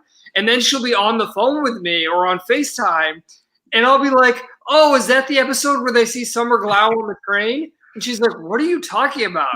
I go, hear like them talking about how they would approach Summer Glau. Or I'll be like, oh, is that the third one with Will Wheaton? And she'd be like, what are you talking about? It's like she's watched it more than me, but I saw all the first 6 seasons. So I know the show better than her, even though she has it on in the background all the time. Isn't that Babylon Bee article that's like, wife discovers that if you just watch the show, it'll answer all your questions. That happens too when we're in a movie and then she'll be like, oh, what does that mean? I go, I'm pretty sure they'll reveal that if you would. And then just stop talking to me and watch the movie. Oh, then it's an alternative where she asks me, she goes, what do you think's going to happen? And I go, for instance, if anyone's watching Defending Jacob, she had me read the book, and then now we're watching the show together, and that's okay. No spoilers, because I want to watch that. Yeah, I want to watch that too. Actually, okay. Well, I don't. So say whatever you want. Yeah. I vote with Steven on this one. Just let it out. But that's a prediction that will come true. I go to her. I go, that girl Sarah, she's gonna die. And then she's like, why do you tell me these things? I go, well, you asked me what's going to happen. And it happened. And she goes, how do you know? I go, well, I studied writing. I write on my own. And I've seen so many shows and movies that I know the basic beats and what they could do. This is the way narrative happens. Yeah. Well, and it's funny because sometimes that's satisfying. And because like I'll get asked those questions also. And I'm like, okay, do you want me to speculate or do you want me to tell you? Like, are you trying to engage in something or do you want me to spoil it?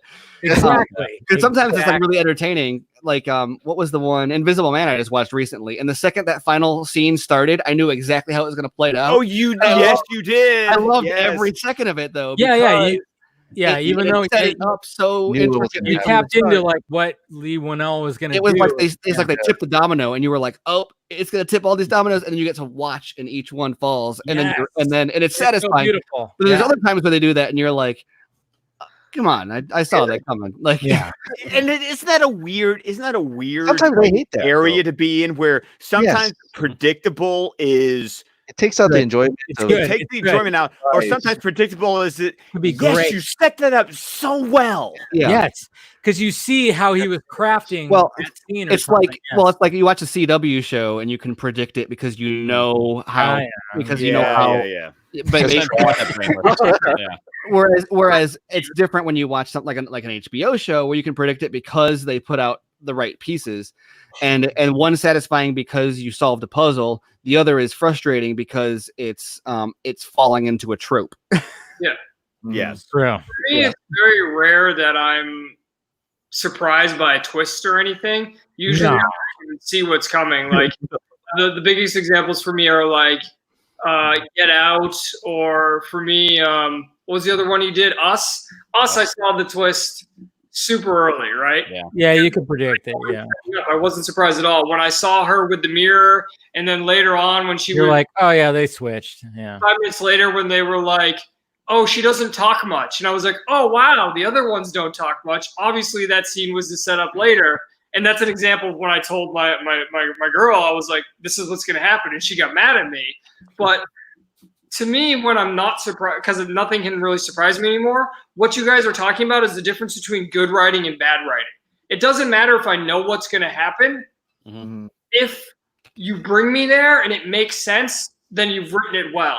If you haven't, and I just see you forcing in puzzle pieces to make it work, then you're not a good writer. And that's why I can very much tell who's a good wrter and a bad writer. And that's why I don't mind spoilers as much. Which is funny because Scott hates spoilers, but I do. I really do. I don't mind, and they've done studies on this where like they found that spoilers that can actually often even increase the enjoyment of something. It can. I've read those articles. I actually have. Well, and I don't think there's things that I like being unspoiled on, so I don't think I don't think that means that you should be spoiled or shouldn't. But I think that if it's good writing, well, like for example. Like, we all know Darth Vader is Luke Skywalker's father, but we still love Empire Strikes Back. Yes. Word. And it's because because you enjoy the twist happening every time. Whereas like there's other twists where like my go-to is always like Ocean's 12, where it's just the twist is like, oh, surprise, stuff was happening that we didn't tell you about. Right. It's the idea of like the mystery novel. Like, I love detective stories. I love mysteries. I want the ending. I want the solution the detective comes up with to be something that you've laid out the whole way through. If you just throw an ending at me and you haven't given me the clues throughout the story to actually solve it, I'm going to call bullshit on your story. And that's why The Usual Suspects is overrated.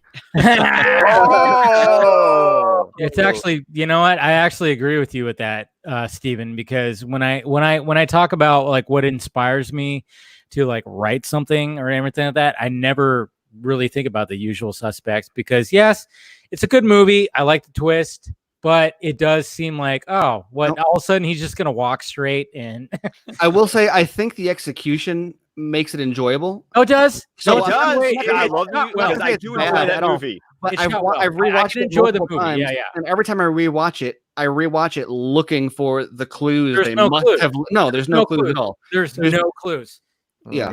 They show you a bunch of things afterwards, but it's all stuff they didn't show you. Yeah, exactly. Now I do want to bring up when in the spoiler conversation, because I remember that because Tim and I, after Dave, I'm going to give credit here because Dave interviewed him first.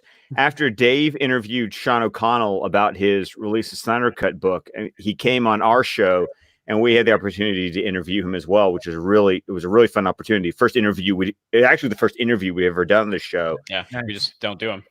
We don't do them. And that episode was great though. You guys should do more interviews.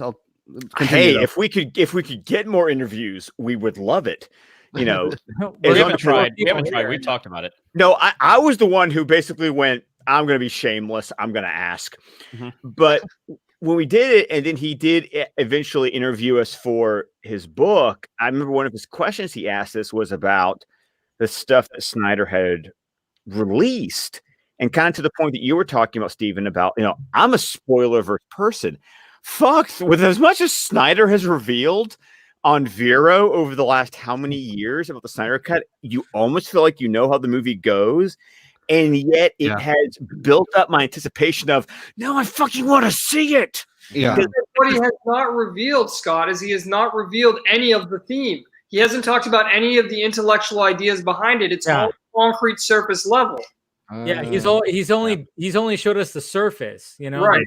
There's like an entire onion that when we actually watch the fucking thing, we can start peeling it, and it just like all his movies, I mean, look at every one of his movies. I mean, every movie. Well, I'll say, and Justin knows what I'm talking about when I say this because I was doing it with him.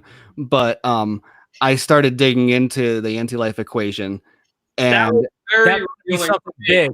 Exactly. And like its history in the comics and like how it functions as an equation, like not even just like the history of it, but like the scientific like application of it in the comics. And when I started doing that, I was like, oh wow, his Justice League arc was going to be the way he was going to use Superman and like the stuff that we'd seen about, like, because we know Superman follows the end-of-life equation. It's like, how does that happen? Why does that happen? How does that impact future movies? And then you plug that in as a part of the quote unquote equation. Like you turn it into algebra and you're like, oh damn, that's a cool story. Yeah, exactly. When Steven told me that, and because I'm not a comics guy, so I had heard of the anti-life equation, but I was like, is that like, 4, 8, 15, 16, 23, 42? I'm like, oh, my nerd wire. Right? Fibonacci sequence. But when he starts breaking it down for me and telling me it, we honestly, and this is what I talk about with good writing, we could deconstruct where Snyder was going and see how he was setting it up. Instantly, the second he was breaking down the anti-life equation, I was like, that's why before Superman dies, he says, this is my world, you are my world. That's a direct setup for the anti-life equation. Right, because losing Lois is going to be such a big deal. Yes, that's part of the equation. That goes into the whole, that actually all the way goes back to Man of Steel, which is Man of Steel all about becoming a self-actualized individual. Yeah. And you can't have the anti-life equation as Snyder was going to use it if you didn't have Man of Steel. So the second Steven said that to me, I was like, wow, here's all the dominoes, as Steven was saying with his metaphor. And I actually had faith going forward, because one of the things I was worried about is because all of these DC first fans, as I say them, love to say that, oh, Snyder was going to turn Superman into the traditional Superman, the altruistic Superman. That's what they were going to go with it. That, oh, this is just his arc to get there. And I was worried that who I like that he's not altruistic, that he's fighting for his values, that he's protecting what he values. I was worried that going forward it was going to become that, and I was going to lose my connection to it. But Steven breaking down the anti-life equation showed me, no, he wasn't going to deviate that from all. He was actually going to double down on it and show why it was really important and why that was life. Life is protecting your values and what you love. And anti-life is when you feel like you can't do that anymore. And that was actually the direction he was going to go in. Right, because anti-life is about losing that free. Anti-life is all about losing free will. Now, because there are so many important dark side stories that I haven't read because I just don't have the freaking time. I mean, are you kidding me, Scott? Seriously. I don't. It's funny to me when you say that, because you're like, You have all these omnibuses that you've read. Yeah, wait a minute. The last time you were watching, I saw a big bookshelf of. No, I have a lot of them. That doesn't mean I've read all of them. Okay, that means that's what any English teacher will call the to be read shelf, and that is our nemesis. Okay.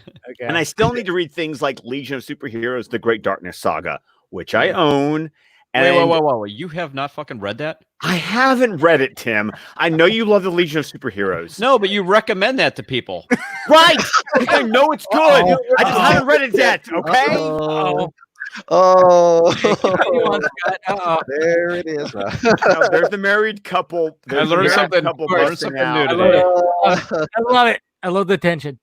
but you got the Great Darkness Saga, which I know people. I mean, Kirby created Darkseid, and Kirby created the whole fourth world.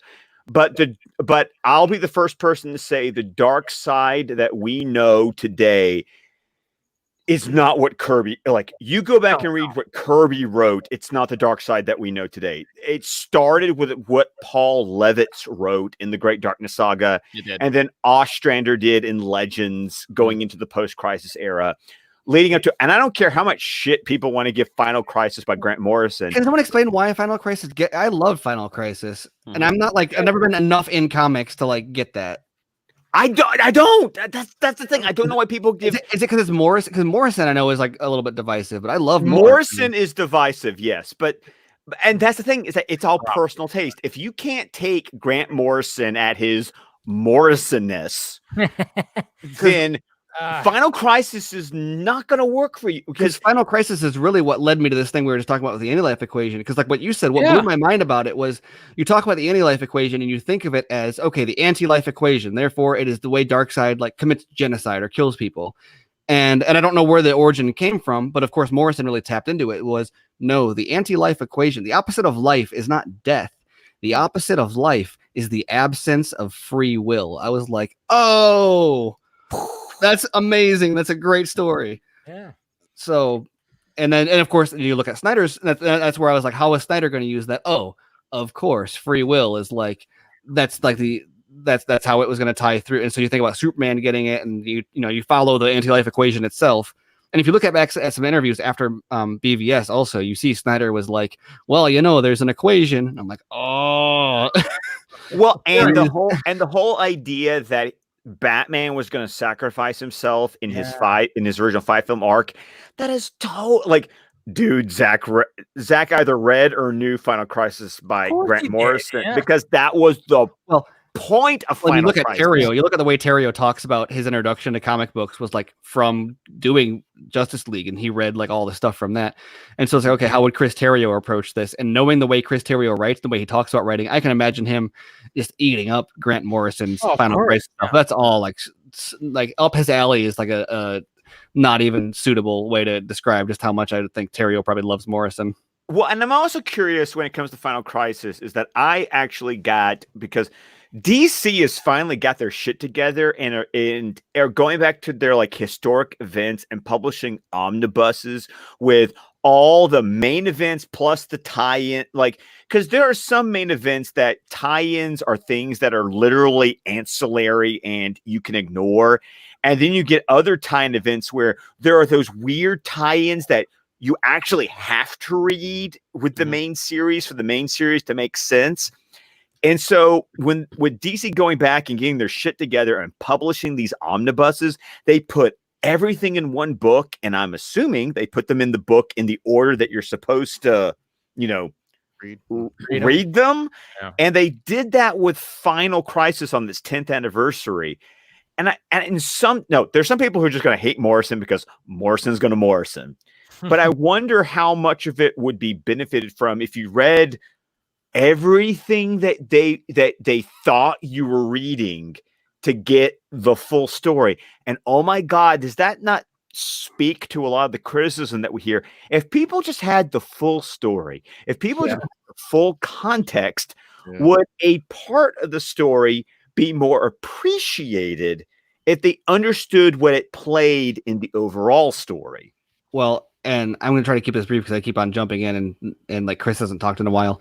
But that's one of the most frustrating things about the more that comes out about the Snyder Cut, the more you hear stuff like when people realized, oh, it was just a 5-part arc and then he was done. The number of people who were like super anti-Snyder who then would be like, oh, you mean this wasn't like a 25 film MCU thing? Like this would have like it would have been done this year. Like if Justice League 2 was rebooting right now, it would have been done last year. If they ended up doing Justice League 3 also, if they did the full 5-part thing, it'd be done in probably June or November this year or something like that. And then congratulations, you're done. Now DCEU is like in limbo, and the Snyder Cut is still like a thing that's kind of hanging over their heads. But every time someone's like, oh, it was only this 5-film thing and that it would have been done and it wasn't supposed to be this definitive take. Yeah, sure, I would love to see that. It's like, why didn't WB market it that way? Like, it's so weird because I was just listening to our DC Comic Squadcast with Chris and Jordan, and that was the very thing like they were saying is like, why? Because Warner Brothers, the studio, wanted the ongoing. Like, of course, they wanted the MCU. Well, they wanted the audience to expect that also. Yeah. Right. And once again, it's about if you would just freaking set expectations. Mm-hmm. Mm-hmm. I mean, I wish they've come up with that multiverse thing because it's there. It's there in the comics, the multiverse thing. Yeah. Like, why at one point did someone just say, well, if Jeff Johns came in and says, I wanted to do this. All right, you go ahead and do that. Let Snyder finish this. And, we could kind of market it as, oh, this is a multiverse. There's 2 Superman. There's 2 Batmans. That's why I love Joker happening and doing well. Yeah, exactly. Like we thought of that from the beginning, and then everybody would have been in their merry way. You can have your red trunk Superman if you wanted to, and go about that way, and have the Snyderverse. But the thing about the DCEU as it started off, and then the studio panicked was that it yes, laugh all you want, Dave. No. It's just funny how he exactly said the word. Happened. I just love. I know we all have the word at this point. Yeah, but it's weird as most of us, and I know that Justin, but most of us are either comic book readers or comic book fans, and we understand the structure of if we see Snyder's vision as the 5-movie arc. That's the 5-issue miniseries. Exactly. That's how we look at it. Yeah. And then Suicide Squad and Wonder Woman and Aquaman are the tie-ins. Mm-hmm.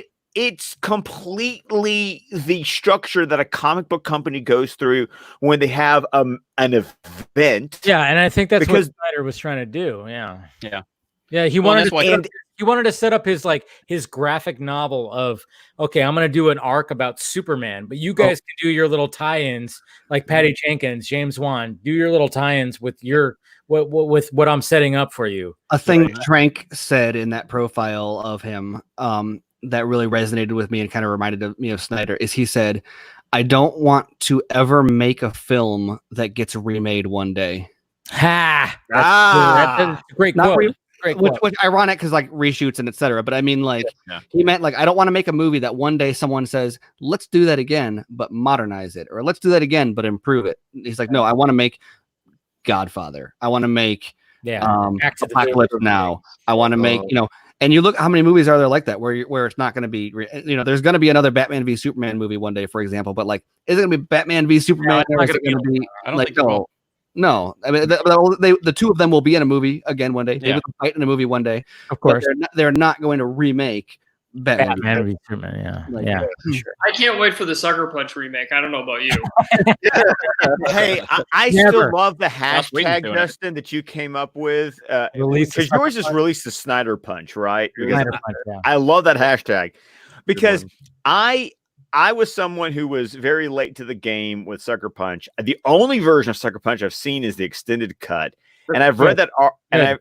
I've read that article because confession time. Because the first time I tried to watch the theatrical cut was after work one day with my wife, and I fell asleep. I'm going to be honest. I'm going to, and then I watched the extended cut. Yeah, and then I watched the extended cut, and I was like, "This is fucking weird, but I like it." And then I read, but that article came out about how there is a director's cut that isn't finished because he admits that he needs to talk to his VFX guy. And I'm like, what the fuck does that movie look like? I'm sure it's better than anything else. I mean, yeah, we did a live watch on it, and and you finally got it to work, right? Yeah, I know. Well, we did it on Twitch. Can't do it on YouTube. I'm still trying to figure out how to put it on Twitch because I thought Twitch just like kept the streams, but it doesn't for some reason. So I have to like upload the video, and I'm going to upload the audio on my SoundCloud tomorrow. I'm sorry for the delay for everybody who's been asking about it, but Justin breaks down everything. I mean, I've watched it with new eyes with watching with Justin. You know, I mean, there's a lot of penis stuff in there, but it makes sense. It makes sense. It does. Okay, I mean, I'm just saying. I mean, there's a lot of symbolism for penises. Yeah. I'm gonna die, and it's gonna say on his headstone, he's the dude who proved that there was phallic symbolism in. Hey, that's why I met Justin. Is because plant your flag, Justin. Plant your flag. I met Justin. I saw a video of Snyder during SnyderCon, like cracking up, and he said something like, "Well, what else did you think it was?" or something like that. And I was like, what is he talking about? I have to know what he's laughing about. And someone was like, oh, this at the midside guy asked him something about Sucker Punch. So I DM'd Justin and was like, what was that joke? And then here we are. Here we are. Yeah, there is. I mean, and it's all throughout the movie, and it makes sense, like when you break it down. And the thing is that I haven't gotten to listen because, once again, I tried to watch your YouTube stream. I got interrupted with all of that. I can't wait to hear the audio. Please DM me or something when that audio goes up. SoundCloud, yeah. Because I want to go back and watch it because as soon as I heard the penis thing from Justin, and it's like, but that's what I love. That's what I love about movies that allow me to watch them multiple times. Is like, give me something else to look for in a movie. And there are people who will say, wait a minute, so for a second time and see penises when you watch a movie. That's what I just heard. Thank you, Justin. Thank you so much. Don't give Tim any more ammunition than he already has after 5 years. But the point is that I love new eyes when watching any movie. And so I would love to hear Justin's analysis because, Justin, you really do give a shit. Yeah. And I want that perspective watching a movie. You'll enjoy it. It's like I watched it with new eyes, just watching it with him. Like, wow, I didn't really realize that. Yeah, there's a lot of phallic symmetry in here. Right. Like, I'm like, oh my god. I mean, you're watching with new eyes. You're seeing the one eyes. Yeah. I think that's a good way to end the stream. More reproductive because it was about the birth of Superman, right? It wasn't much phallic because they were literally showing the violent use of the phallus in Sucker Punch, whereas Man of Steel was a whole movie about the birth of the Superman and becoming a person, as I said earlier. So it was a kinder, gentler penis. Yeah, exactly. Yeah. All right, I think this is a good way to end the stream. Symbolism, why not? Yeah. Scott's going to be putting in, Sucker Punch. Yeah, why not? No, I think it's great. Anyways, guys, I want you guys to plug yourself. Scott, go ahead, plug yourself first. Okay, you can find me on Twitter at ScottDC27, and of course, you can find our podcast at DC Film Squadcast, and you can find our entire network at squadcastmedia.com. It's a good website. Go ahead, Tim. Go ahead. Same thing that this guy said, but I'll also add that you can find me on Twitter at AlanFire. Did you give us their email address? DCFilmSquadcast.com? Or there you DC Squad at gmail.com. At gmail.com, yeah. There you go. So, mine is there. Squadcast guys. Appreciate you guys coming on. Go ahead, Justin. Thank you. Thanks for having us. Justin. My name is Justin. I'm the host of the Welcome to the Midside podcast. You can find it on themidside.com. You can find Welcome to the Midside wherever podcasts are streaming. Also, if you find my YouTube channel, you'll find I'm doing a series of videos pulling apart Zack Snyder movies. I have one that starts with an overview of him and his style. Then I did Dawn of the Dead. There's a 300 one. The link is in the other videos because they rejected it on YouTube. It's on BitChute. And I just released a Watchmen video. And then next up is the Owl movie, where I'm going to talk about how the Owl movie is basically just Star Wars. Watch that. Good movie. Then I'm going to do Sucker Punch. Someone was asking. Then I'm going to take my Sucker Punch analysis that I did with Dave, and I'm going to try and condense it somehow into a 10, 15-minute video to show what Sucker Punch is really about. So look for all that. Wow. Check That's it out. epic. Steven, your turn. I'm Steven. And I'm an alcoholic. Yeah, you can find me at I'm on Twitter at smcolbert, and you can find my writing at screenrant.com. And also, I co-host BVS by the Minute with Andrew Dice. Good show. Fantastic show. We've got a few episodes in the can that will be coming out hopefully soon. But we talk about 1 minute of Batman v Superman at a time, 15, 20-minute episodes or so. Yeah, that's what I'm doing. Okay, Mr. Awesome. Swenson. Well, Chris from Ping Pong Flick Show, and known for tinfoil and hot dogs. Yeah, apparently, I'll yeah. just leave it at that.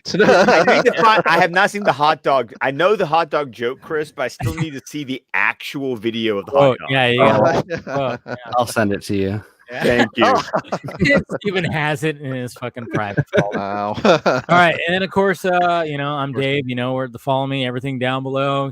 Follow me on Twitter, all the sock meds out there and everything. I appreciate it.